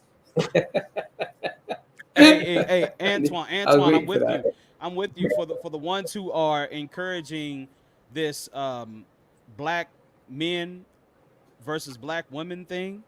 You are exactly. They are that because, like you said, they're doing it for clickbait. They're doing it for views. They're doing it for likes. They're doing it for every reason. Yeah. And they're dividing the community because at this point now they're the real sellouts. Right. They are the real sellouts. At this point, they are radicals. Yes. Like, yes. I look, this is at this stage right now, we're just now starting to give it a name. Right. But they have the same influence that a cult would have. Yes. Like, because it's so divided that we have incels, film cells. Then you got people that say they red pill, blue pill, pink pill, purple pill, black pill. That's why I created Accountable Masculinity, is because men have to have some kind of general umbrella that we can all have a reasonable conversation with. Right. Like my brand of masculinity is different than yours. You know what I'm saying? There's some things that we're just not going to mesh well on, and that's because of experience. Right. But you have to hear each other to understand that some things are a lot more severe or less severe than what we think. Because Antoine's had this same, this conversation has been ongoing between us for almost 3 years. You know what I'm saying? Mm-hmm. And one of the first things we said, and I always go back to this, say, Antoine, we two different kinds of black. And he was like, what the hell do you mean? And then later on, you start seeing how it, and I had to do my job to show him that. You know what I'm saying? And as we started bringing more people on, there used to be a conversation where it's like, well, black people don't work together. Well, every week it's been black men coming up here to have these conversations. And this is the effort that works together on the smaller channel. And it builds a large catalog where people can't go back and say, you have an excuse. We don't live in victimhood. To say that we can't is a subscription to say it's not worth it. That's the loud minority. And it's way more of us that have this same level of conversation, but they only talk to people that's in their phone. You know what I'm saying? They only talk to people. They only talk via text message with somebody. They don't try to organize and get in front of a camera and get out of the That's why I say get out of my comments and get on camera. Right. Absolutely. Get out of my look, and I'm not here to fight. I want to hear what better solution you have. See, when you challenge people to bring a solution to the discussion, you got to put all your canned responses to the side. Solve the problem. You can't solve the problem by simply just using ad hominem attacks and thinking that that's going to push the conversation forward. Right. You can't just go regurgitate some other opinion that somebody else radicalized you with. You can't do that. Show me something else. I don't fit into anybody else's box. Antoine doesn't fit into anybody else's box, and Cavi doesn't fit into anybody else's box. And so I'm not going to go over there and challenge either one of you gentlemen in an unhealthy manner. I'm gonna ask a clarifying question. You know what I'm saying? And then whether you align with it or not, but do the due diligence to say, hey, give me something else to look at so I can see what's going on. Antoine, you've even said that you had to detox from your social media consumption from YouTube or whatever. You know what I'm saying? Like, you've been on this camera and said that. Imagine someone with no discipline, no reference point to self-correct, that can't turn it off. How do you think that person ends up? Radicalized. Radicalized. Absolutely. So that's my point when I say you can't dismiss the power, the impact, and the resource that social media is. Anything that can create something useful can also create very many things that's very destructive. This thing is a tool, and it either enhances or destroys. You give the same devices to everyone, and some people would choose to have sex on camera. You know what I'm saying? While other people would go do some research and enhance something that they already know. Absolutely. You take the tool and go look at painting techniques. Kevin might take the tool and go do something that enhances something that helps him be a better man, you know what I'm saying, in his own household. Whatever. Yeah. I use it as, you know what I'm saying, as something that enhances what I'm committed to purpose-wise. But some people without purpose have access to the same thing, and they're going to do something primitive with it if they don't have any purpose. That's the difference between the disciplined mindset and the undisciplined mindset. And there's only two mindsets. There's and people with no discipline, they lack emotional discipline and discernment. They're going to also lack sexual discipline. What do you think that person missing those two components in their mindset is going to do if you give them the same device? They're going to fuck it up. They're going to spread a bunch of shit on here. These devices and technology and the internet is a recipe to make a. Look, right. I'm going to tell you how powerful this tool is of social media. When Donald Trump won the election, when Donald Trump won the election in 2016, the Democrats accused the Russians of doing what? Meddling in the election. And how did they do that? They did that totally through social media. They created a bunch of apps, and they had people on here running around here doing these new filters on Artisto and a couple of other things. And next thing you know, the information get hacked. Those blackouts that happen, you know what I'm saying? Like that, man. Look, I said social media radical, right? And that's what I'm kind of saying. Alex Jones. Yes. He's the prime example of social media radicalization. While some of it might be true, some of it may not be. Have you watched The Boys? Are you current on that show? Mm-hmm. And you see how they got a social media character that they put in the 7, right? Because it's just that powerful. It's not just social media anymore. It's a radicalization tool. It's a tool that can be fluid to everything that you want to do. You know what I'm saying? If you're good at something or you bad at something, that tool is going to enhance whatever your discipline is. If you don't have any, it's going to make you less disciplined. Right, if you do have discipline, it's still going to impact you. You have to figure out how to pull yourself out of it. You know what I'm saying? Mm-hmm. And that's what every American, not even American, every citizen that has access to the internet has to be honest with themselves about. Absolutely. And I think at this point, we're being honest about it. And like I said, you're seeing the government make moves because they're being to regulate it. Yeah, we got to regulate this shit. China got a completely different algorithm for TikTok. It don't even have the same. It's only learning. It's only learning. It's only learning. Yeah, right. So what does that tell you? They see. So the thing is that when I talk about propaganda, you start getting these people that start looking at you like you're crazy. What do you mean they can manipulate us by putting things in front of us? I'll give you the proof that propaganda is true and is very alive. So when you had NWA and they were talking about F the police, right? They banned them from performing that over there on your side, Antoine, on the West Coast. They banned them from performing that because they said that that music and that song would what? Incite a riot. Inside 2 Live Crew. They had a song called "Banned in the USA" Bro, because they so know the power of music. they know the power of music. They know the power of messages. So the thing is that hold on, you guys keep talking. I'm gonna bring up something in a minute. Yeah, Bob Marley's the film that the little biopic they came up with him, he was targeted for assassination because they knew that his message was powerful enough and organic enough and empathetic enough to affect the hearts and minds. Like they call this stuff like here in the private sector, it's called marketing, right?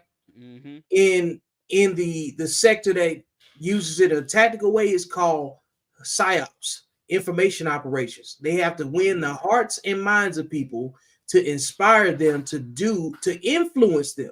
They don't have to control you, they just have to influence you. And most people that lack discipline and discernment won't go back and check any facts or anything like that. Just like the boxer that was just in the Olympics, they were saying that it was a biological measure, and it wasn't. Right. Remember we had the episode about the pranks, Antoine, and I said this was dangerous. That's what I'm talking about. Pranks make us start saying stuff like, "Oh, that's not real. That's just on social media." Nope, the lesson is real.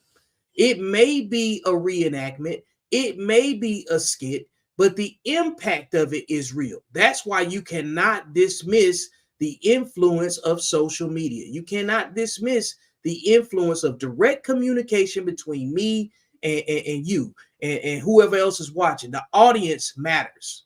That's why you have to be very responsible for the words you choose to use, because you've seen sound bites get clipped up and people make a mockery out of them. That's why this is why the 5 principles that I talk about so much are so important. We can't be on camera arguing with each other. We can't. It's a bad look. It doesn't help. We need to be focused on the disciplined decisions that rule number 1 talks about. We got to know when to lead and when to follow. And most importantly, that means when to disengage. That's why I don't have a problem with muting and moderating people. You know what I'm saying? Because everybody needs to be heard. Because number 4 is legacy and equity. Because whatever we do gets left behind and somebody can do whatever with it. Then the sexual discipline piece is the main thing out of rule number 5 that you said got taken out, that got fresh and fit, put on the hot seat. You know what I'm saying? Because of that. And whether they and then the thing is, they can still keep going because they know they didn't break a law. They just broke whatever code that was popular. It wasn't a felony or nothing like that. It's just a bad image. Everything they stood on got kicked away from underneath them because of their behavior, bro. Exactly. So this right here that I just posted right here. Look at the quote right here. If you tell a lie big enough and keep repeating it, people will eventually come to believe it. So that's an Adolf Hitler quote. Okay. So that Adolf Hitler is the master of propaganda. He mastered propaganda. Spent 4 years desensitizing the media space to get done. Bro. When I say you take a little ass country like Germany and you make those people believe that they can take on every nation in the world, that's how dope his propaganda machine was. So when you make that lie, and we're going to say the lie of, like I said, like we said, the loud minority. Yep. When you make a lie and you make this lie that says being a thug is the in thing to do. And on every music video you show being a thug, right? Coonery. Being a thug is the in thing to do. That's popular. That gets you all the girls. That gets you the money. That gets you everything that you want in life. And you keep promoting that constantly, shoving that down people's throat and constantly letting the eye see that. Eventually, you are going to have a generation of black people who believe that that is the way that you need to be to get everything that you. It is basically that. It is the design of. Go ahead and show that picture again. that's what it designs. That's what it That's designs. the end item product of the crack era, Yep. of mass incarceration, Yep. the welfare implementation that removed Yep. the fathers, you know what I'm saying, out of the homes, you know what I'm saying, however that looks. That's the end item product of men being raised by grandmothers, by women in general, and living in places where they took away skilled labor. You know, like if you had a job working at a labor plant or something like that, like you welded or whatever, but they closed the plant down, where you gonna go? And then what are you gonna do? Right. Then when you get on child support, and now you can't go work because you're behind in arrears and you don't have a driver's license that's valid. Now you got to do something desperate, and guess where you end up at? Out here cooning. You know what I'm saying? Exactly. Like it ain't that many options, man. Like especially when you already in an economically oppressed demographic. Not just we ain't talking. I understand oppression and racism and all that stuff. Yeah, if you just walk around mind your business, you're probably not going to wind up in a situation where you know you're going to get accosted for who you are. That's a zip code thing. You know what I'm saying? It's relative to the nature of crime in every specific area. Yeah, you're gonna get some dummies that's gonna try you. We've seen that. Those people exist. Hell, we saw it with Sonya Massey, right? Yeah, some engagements with law enforcement are not gonna all be catastrophic, and some of them just gonna be very, very, biased or whatever. But when you look at all of these societal things and you strip away every means of people to go be able to do honest, consistent work. Because like I grew up in a place where everybody worked at the plant, you know what I'm saying?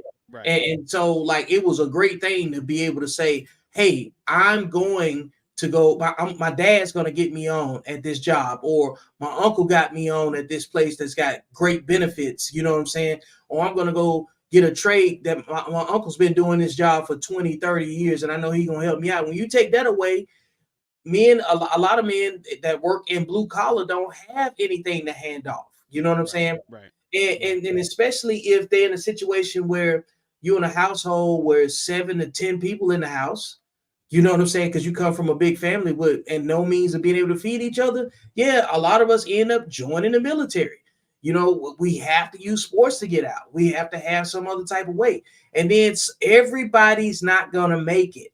That's the other part. So what happens to the people that don't make it? And in most cases, this is what happens to them. Yep. Well, they've been transformed. They've been transformed and altered by the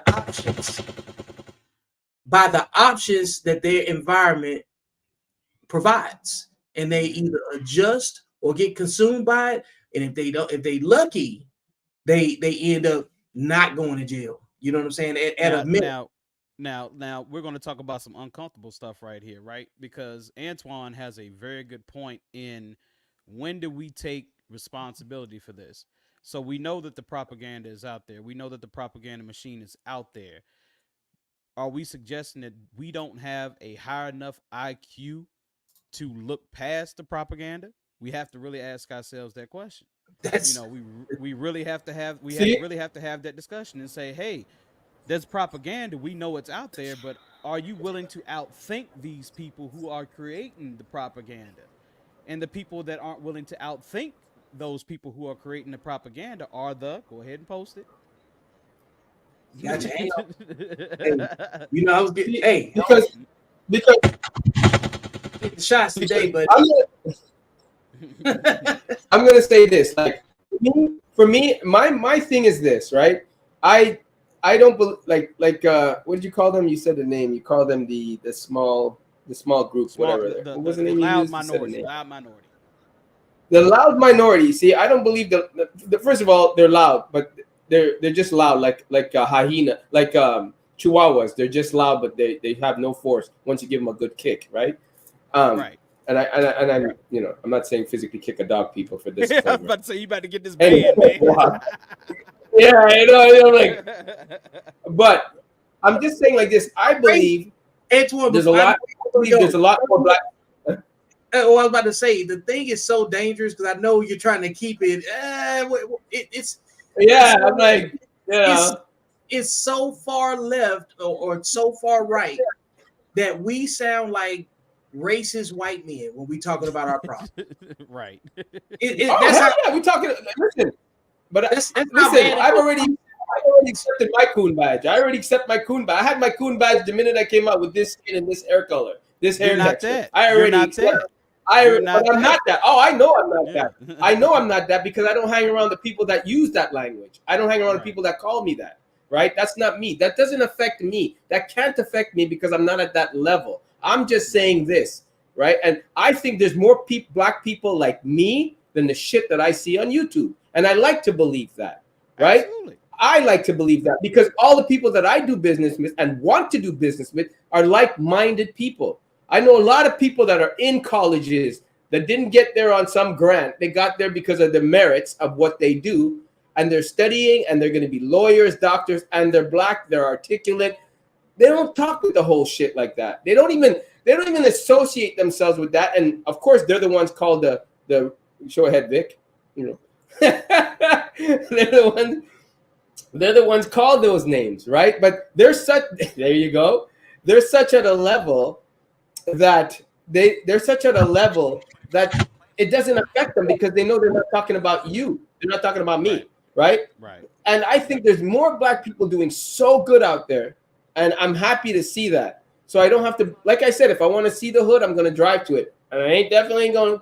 Good, they make great roti out there, and I'll drive to the good food they have at the corner. I ain't to socialize with that shit. And I believe there's more black people just distancing themselves from that because they know that we're not like that, you know. And I think eventually the Tyler Perrys somebody's gonna say something and go, no, dude, like now that how they're speaking out now and saying like he's got to do better, he's got to do better. You know what I mean? And I think there's more people speaking out, just like all those TikTok stuff we talked about. So I think like. I believe what we do and the content we do and the content we talk about and the subject we can never get us canceled. And it invites people that actually don't agree with us to come on, but know one thing: we're not going to engage with you in that way. So you better you better cross your T's and dot your I's and form a full sentence when you come out of here. Come in here because we're not going to have that back and forth. We're not going to get into. You can't come with your feelings to the Accountable Masculinity show. What am I going to do with you? That's all I'm saying, and I believe that. Can't be. Great point, Antoine. Because like, you got to draw a line in the sand. You got to pick a side. You know what I'm saying? You can't be jumping back and forth and deciding that this behavior is okay. Wow, you know what I'm saying? Based on, imagery and optics. But Kevin, can you do me a favor? I need you to pull up a book. What is it? It's called, you see him? It's called The 10th Parallel. It is written by Eliza Griswold. I want to talk about this because this book was written before social media was really at its height that it is now. Anything that was written beforehand is obviously that. So you'll see it should be like a white cover with a red banner on it or something. I already got it. Yeah, I already got it. Cool. Yeah. So, but yeah, here you go. It's all right. All right. Okay. The 10th parallel dispatches from the fault line between Christianity and Islam. Right. So this book was written by this lady, blue-eyed, blonde-haired white lady. You know what I'm saying? She traveled everywhere between the 700 parallel. The 700 miles between the 10th and I think the 40th parallel, if I'm not mistaken. Whatever. She traveled countries she went to Africa and she met with multiple warlords in West Africa, traveled all the way across and met with warlords in East Africa, traveled to the Philippines. She met with the leader of the Tamil Tigers. She met with Omar Deed's son. And for those of you that don't know who Omar Deed is, he's the man that led the attack against that created the movie Black Hawk Down. He was part of the Somali group that shot down the 2 helicopters, right? This lady met with his son. His son, Omar Deed, I can't remember his name, but we'll just say Omar Deed's son.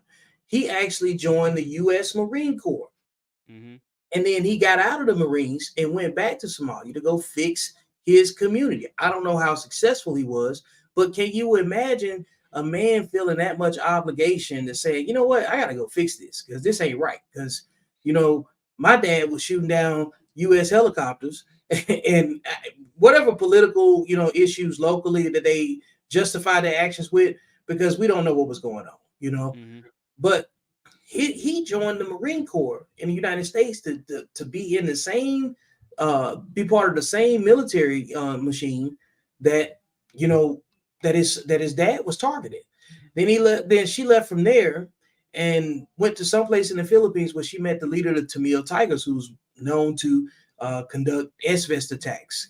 And this group was known for blowing up his own mayor at the airport. You know what I'm saying? By sending up somebody wearing an explosive vest to take him out. So I said all that to say, even before social media got the grip that it's got now, all of these different struggles that she was interviewing these warlords about was all based on resources.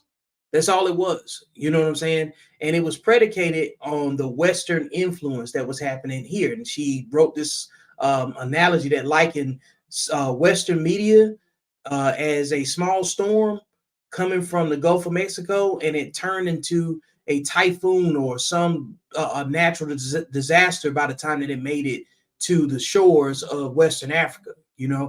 So it's not just the media that we consume and how it impacts me or you, Antoine.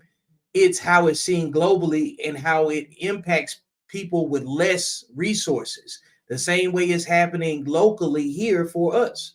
So we cannot dismiss the impact of what we say and why we need to be responsible with the words that we choose. Because here we just have a disagreement over social media, over relationships. There is genocide. You know what I'm saying? And the same thing, we're looking at the news and saying, how come they can't get along? Well, we can't even get along from zip code to zip code. And there's a disagreement amongst people that's more, I wouldn't say more intelligent, but have access to more tools to communicate better, and we're doing worse. That's what I wanted to point out. So we owe ourselves better, man. We got to stop listening to respond. We got to look at each other as an institution of information that I've never had to learn. You know what I'm saying? And if you could give me, Antoine's 47 years old. If I step out of bounds on a topic that he has more information on, I need to be a student. Yeah. Yeah. Absolutely. No doubt about that. No doubt about I think everybody has, a certain amount of knowledge in certain subject matter. And like I like the way this moves. I like the way when we come on here and we engage, everybody has, experience in their subject matter. Like I said, when it came to Antoine and him saying, we have to, hey, no more excuses, no more victimhood. It's time to press forward and start outthinking You the can't solve machine. problems in victimhood, baby. No, you cannot solve problems in victimhood. And the thing is that I remember when Kanye, yeah, I remember when Kanye was really making that drive forward. He was really saying, "Hey, I'm not going to be caught up in victimhood mentality." And people gave him so much shit. Like, what do you mean you're not going to be a victim? What are you talking about? You got to be a victim? No, no. Know your past, know what happened, know exactly what we've been through, know all that. But like I said, it's time at this point in time, it's time for us to start outthinking the machine. That's the hard work, Antoine. That's the hard work, and that's how you come up with solution is by outthinking the machine. The machine is not infallible. People, that's the problem that we have. We think that this machine is infallible, like it can't be brought down. It doesn't work without us. We have to Right. participate in it for it to work. And Exactly. and the minute you get in these unhealthy competitions to say something louder, and that just to be heard, you're just listening to respond. It's the act of it. You're just saying something to get in the conversation. And a lot of people do that. The people, the people that you would say fit into, everybody knows somebody that is always trying to one up somebody, Mm-hmm. and without really adding any value to the conversation. That's the person I'm talking about. You know what I'm saying? And everybody knows that person. Right. And you don't communicate with them. You don't share information with that person. You cut them out. You can't solve problems if you can't communicate.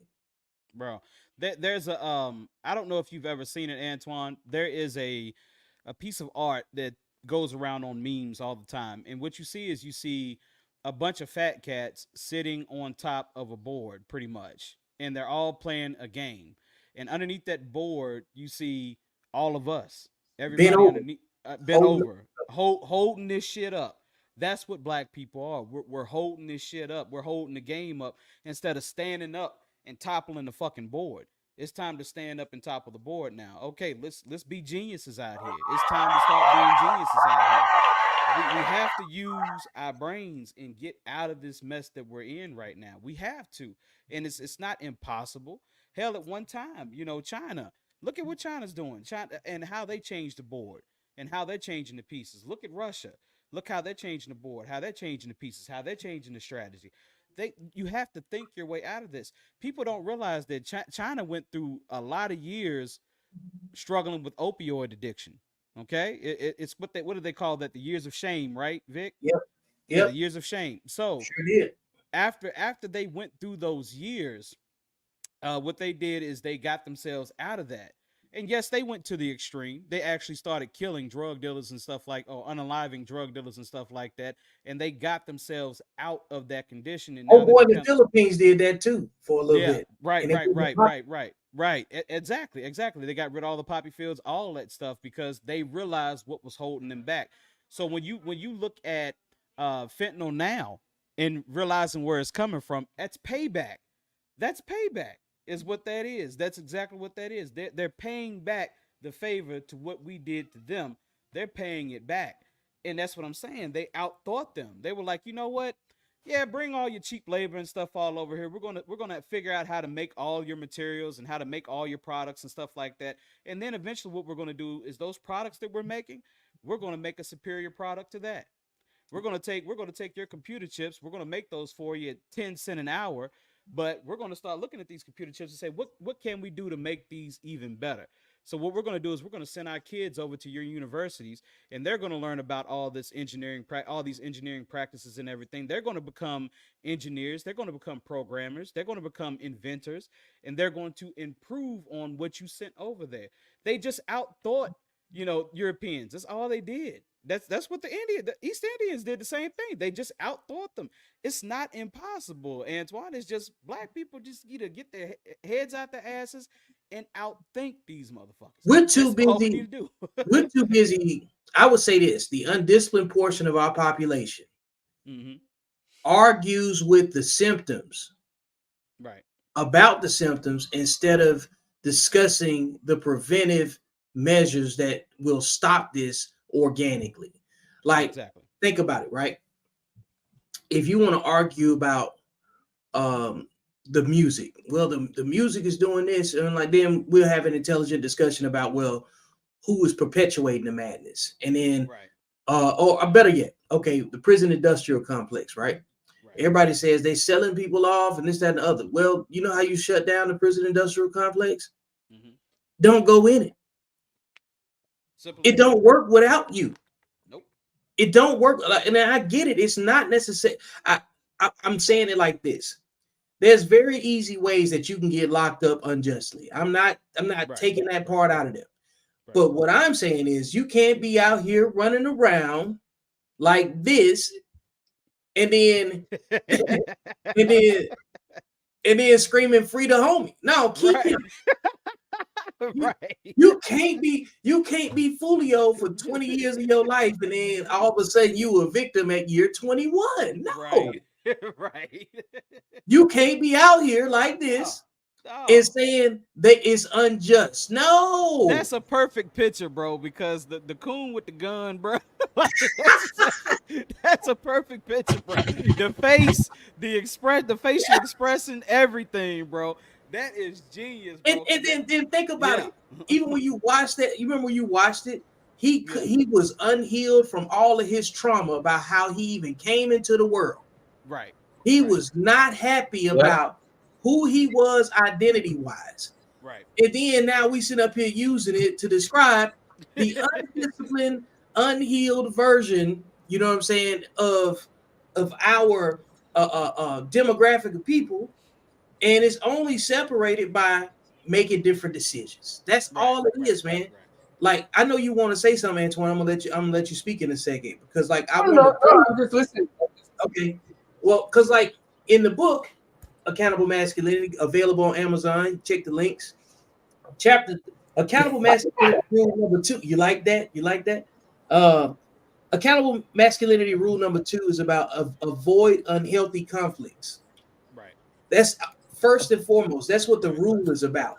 And chapter 2 delves into the impact of celebrity culture on personal relationships and explores the dangers of basing relationship opinions on celebrities. It emphasizes that this behavior is a cultural phenomenon rather than a generational curse, pointing out the increased influence of celebrities in the age of social media and 24/7 news cycles. The Yeah. chapter stresses the importance of media literacy and critical thinking in navigating the influence of celebrity culture on personal lives. This discussion extends to legal issues surrounding celebrities, particularly in cases of sexually immoral conduct. The chapter suggests that technology and social media provide unprecedented insight into the personal lives of public figures. It highlights the need for individuals to learn about themselves and their values through observing the challenges faced by those in the public eye. We can Mm-hmm. learn from anywhere.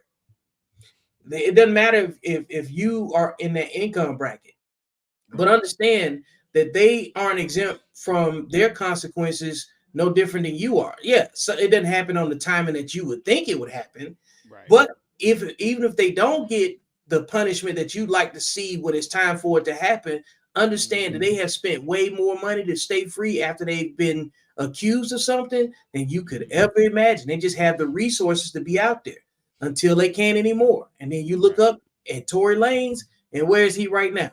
And for what? Mm-hmm. Mm-hmm. Yep. Doing his thing, man. You out there doing that rocket. Bro, Yeah. hey, I was rapping about Rockets, and then look, man, come on, man. Like, Yeah. I understand we got to protect ourselves, but we got to avoid putting ourselves in situations that require us to be defensive towards one another Mm-hmm. Right. because Right. we've already overcome much more than you know than what we would anticipate we would have been able to overcome. And Mm-hmm. we got to start celebrating this stuff because we got on the other side of it and say, man, how do we solve the problem? Like, this is the new So community. right, right. So and I love, how Antoine said, "Hey, how do we solve the problem?" And I'll say, when it comes to the loud minority having a voice the way that they do, we'll take, the school system, and we'll take what happens in the school system as an example. What happens is that loud minority who have the children who do the most shit in school, they have a significant voice because the silent majority, we're quiet. We're not That's saying the anything. problem. We're We're not not saying going. anything. Right. We're not going to school board meetings. We're not going to PTA meetings. We're not going to parent teacher conferences. We're not doing that. You have a selective few that do that. So what has to happen is for all those parents that are complaining about, well, it, they're complaining about, well, we're having issues in our public schools. Well, yeah, you're just complaining on social media, bitching on social media. You're making all these little silly ass posts on social media, but what have you done to try to fix the issue? The only fix is, well, I'm going to send my kid to another school that supposedly has better education instead of actually addressing your issue.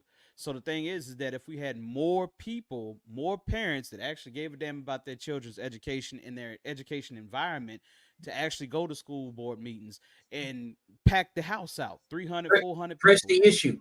press Put the the pressure issue. on. That's Mm-hmm. all you got to do. And I was taught that by a Roanoke councilwoman, Miss Stephanie Moon Reynolds.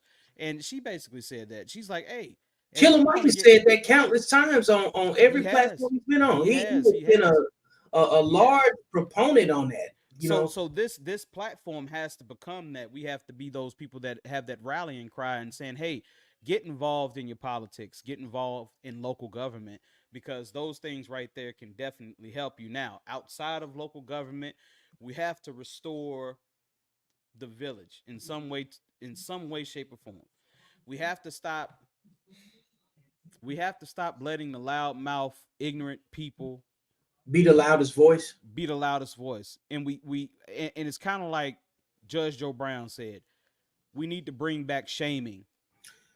Yeah, Yeah, over right. here We you need to get bring back yeah. shaming. Over here you get man. Did I send you that old video of D.L. Hughley? I think it's about like 6 or 7 years old, and he said, "Man, I think it was before the last presidential election, or right around the same window of time."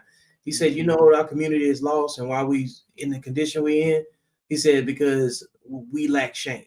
You know, Yeah, you should be ashamed at some of the things that you condone or co-sign, and just say, oh, that ain't got nothing to do with me." I don't like when people say, I don't like to judge. Stop lying. You judge every day. That is the weakest thing that you could ever say. That is a victimhood it's a assignment. lazy argument. It's It's a so like lazy anything argument. that's lazy in terms of like it's a lazy rebuttal. You do better not saying anything. Right, Go back to the silent majority that don't care about solving the problem. right, The people that care about solving the problem have to have a pointy, prickly conversation in order for us to get over the hump. Because you can't wait on another Kevin Samuels ain't coming. You know what I'm saying? Not like that. Like and that's and his work still highlighted and did the work that, you know what I'm saying, it showed us where a lot of our problems are, you know what I'm saying, in terms of just relationships, because you can't fix communities without respecting relationships. Like communities don't exist by operating individually, because that's just unhealthy competition. I can get a exactly. house, you can get a house, you can get a Right, car, I can get two cars. You know what I'm saying? right, And it's all rooted in materialistic benchmarks. And a new version of what you got today is already getting made and it's getting ready to come out anyway. You know what I'm saying? right, So right, when we start talking about what's ethical and what's useful, we have to consolidate on the thing that we know how to do best first, right. and then shore it up with, you know, better communication, effective communication, and Absolutely. not being disingenuous, just asking questions to throw the damn thing off. Right, right, right. So the reason why I posted this right here, I want to read this. It says, "What are the benefits of shaming?" So, moreover, public shaming can help maintain social norms and values by signaling to the community what is considered acceptable behavior. It reinforces the ideas that actions have consequences and the individuals are responsible for upholding societal standards. Okay, we have a code. We've had this code in the past, right? We know how we're supposed to behave as a people. We know what is required. Speaking of And code, go ahead and right, right. Yeah, go ahead and get that go, book. I got go that ahead and book. get That's a this good book book. too. Go ahead and get that. It's in the caption. So You know? right, right. So we have this code. And the thing is that as black people, we have to hold this code down. We have to say, okay, no more of this 70% single parent household shit. That's not how we're going to do It's this not anymore. working. It's not working. And there's no need to argue. It's not working. There's no unity in that model. None whatsoever. You can't What spell community without unity. unity? You gotta have unity, bro. So at the end of the day, bro, that's one thing. We have to start shaming people again. And people may say, "Oh, that's judging." Who gives a I damn? don't At the end care. of the day, yeah, I don't care what you're I don't saying. care. Get out my comments and get on camera. Yeah, yeah, That's where we are right now. yeah. Because if you are on the opposite side of this conversation, as far as I'm concerned, this is how I see you. Bingo, rocket. Y'all Yep, rockets out there. yep. Y'all All of you rockets. get on here and catch the beat down. You know what I'm saying? Like, come up here, bring your ignorance. That's cool too, because Yeah, say, pull this up. I'm gonna mute your mic, and you either gonna yeah. get off of here or stay up here and learn something. But One get one out of thing your that- one thing that comments. my wife says all the time. She says, "Why aren't black men shaming black men for not being fathers or being sexually undisciplined, being irresponsible, not being community leaders? Why aren't we shaming these men? Why don't we have a group of men that stand together and say, "Hey, dude, you ain't got no business, being in front of no kids if you ain't taking care of yours." You know what I'm saying? Like, you have no business mentoring if you're not taking care of yours. You have no business coaching anything if you're not taking care of yours. You need to sit back here until you get your shit together. Then once you get your shit together and you prove that you're a good father, then you can come out here and be amongst a group of kids, because these kids are looking at you and they're actually taking things from you. You know what I'm saying? So they hearing their mamas talk behind closed doors. Oh man, coach so and so, he got 5 kids out here, 5 different baby mamas. You know what I'm saying? The kids hear that. You know what I'm saying? So what does that do to a child? You know what I'm saying? Like, okay, he's out here coaching me, he's out here mentoring me, but yet he's out here and he's got 5 different babies by 5 different women. So that seems to that young boy, well, that's not so bad. Instead of a group of strong black men saying, no, that's not the way you do that. You get married first, then you have a child. That's I what don't you do. I don't have an adversarial rebuttal, but I'm going to say something from just reality, right? Yep. Why aren't there a large group of men that's shaming unaccountable or undisciplined men, sexually undisciplined men, right? Yeah. Because most of those men are busy raising their kids and taking care of their families. Very true. Okay, let's Very start true. there. Why isn't there a louder voice amongst the women that keep reproducing with these sexually undisciplined men? Do you want to argue about the symptom, or do you want to argue about the problem? Because unless men are out here in mass, SAing women to make children with them, then it's largely consensual. Argue with the women that are consensually reproducing with the worst men possible, especially without a marriage. How about that? Look, we ain't worried about them on this platform. This And we're platform is not worried called about them on it's this called platform. it's called accountable Yeah, that's what. masculinity. Yeah, exactly. Because those men do not fit the profile for this. And as far as I'm concerned, they can die. They don't deserve anything. Like, everybody can't go, right? Right. If everybody can't go, then the only problem, the only people responsible or that they owe anything to is the women that they made those children with. Right. Right. Because Absolutely. you ain't got time to break away and go deal with somebody else's family because this guy, you know what I'm saying, that she chose to lay down with decided to make 5 kids. She decided, what you gonna do with somebody's mindset that chose to be baby mama number 4 or 5? Right. What you gonna do with somebody's mindset that chose to be baby daddy number 6? That's their problem. That whole community of baby daddies and baby mamas have to solve their own issues. That's not your responsibility. They asking us to be stepdaddies for dudes that don't even take care of their own kids. Right. That's crazy. Right. And especially if they're not going to get together in their own village and repair it and go decide to. You expect your wife to go be a stepmama for somebody else or a lady? No. So the people that need to fix the problem are the sexually undisciplined people that fit inside that demographic, because we don't understand your problem. Just like they don't understand yours. Absolutely. So I went ahead and brought this clip up right here. If you read this is on CBSnews.com. So this is a reputable reputable site, and it says study: Black dads are involved in children's lives more than other groups. You know what I'm saying? So the thing is that there's this narrative that says that there's a negative stereotype of black fathers. Once again, that propaganda machine, and we're seeing that black men are more involved in their children's lives than any other demographic, bro. And that's because women of all other races have had children with black men. It's not a bunch of races of different men having children with black women that can talk about that. So at the end of the day, man, once again, loud minority. Once again, loud minority. These idiots that don't want to take care of the kids and are not 100% invested into their kids' lives. They make up less than 20% of the community. In that group of people that they base every negative stereotype that they try to burden other black men with, saying that we need to go get the undisciplined black men online.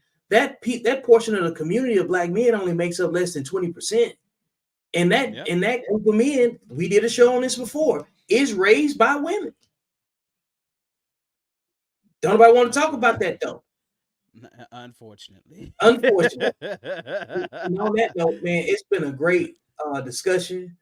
To all the people that's been riding it out with us the entire time, greatly appreciate you. Hey, shout out to Dee Dee. You know what I'm saying? She said it's a great show today. You know, and Appreciate you. man, Darwin Armstrong, yeah, you absolutely right. I brought up this conversation earlier. Social media is the single most influential entity in today's time, and that's why we have to use it responsibly to Yep. organize the people that care about solving problems. Everybody else that likes something other than this, they have the tool they need to go find whatever interests them. But this is what we like to do on Wednesdays. So tune in to another episode next week of Code Talk, and we will see you then. Peace.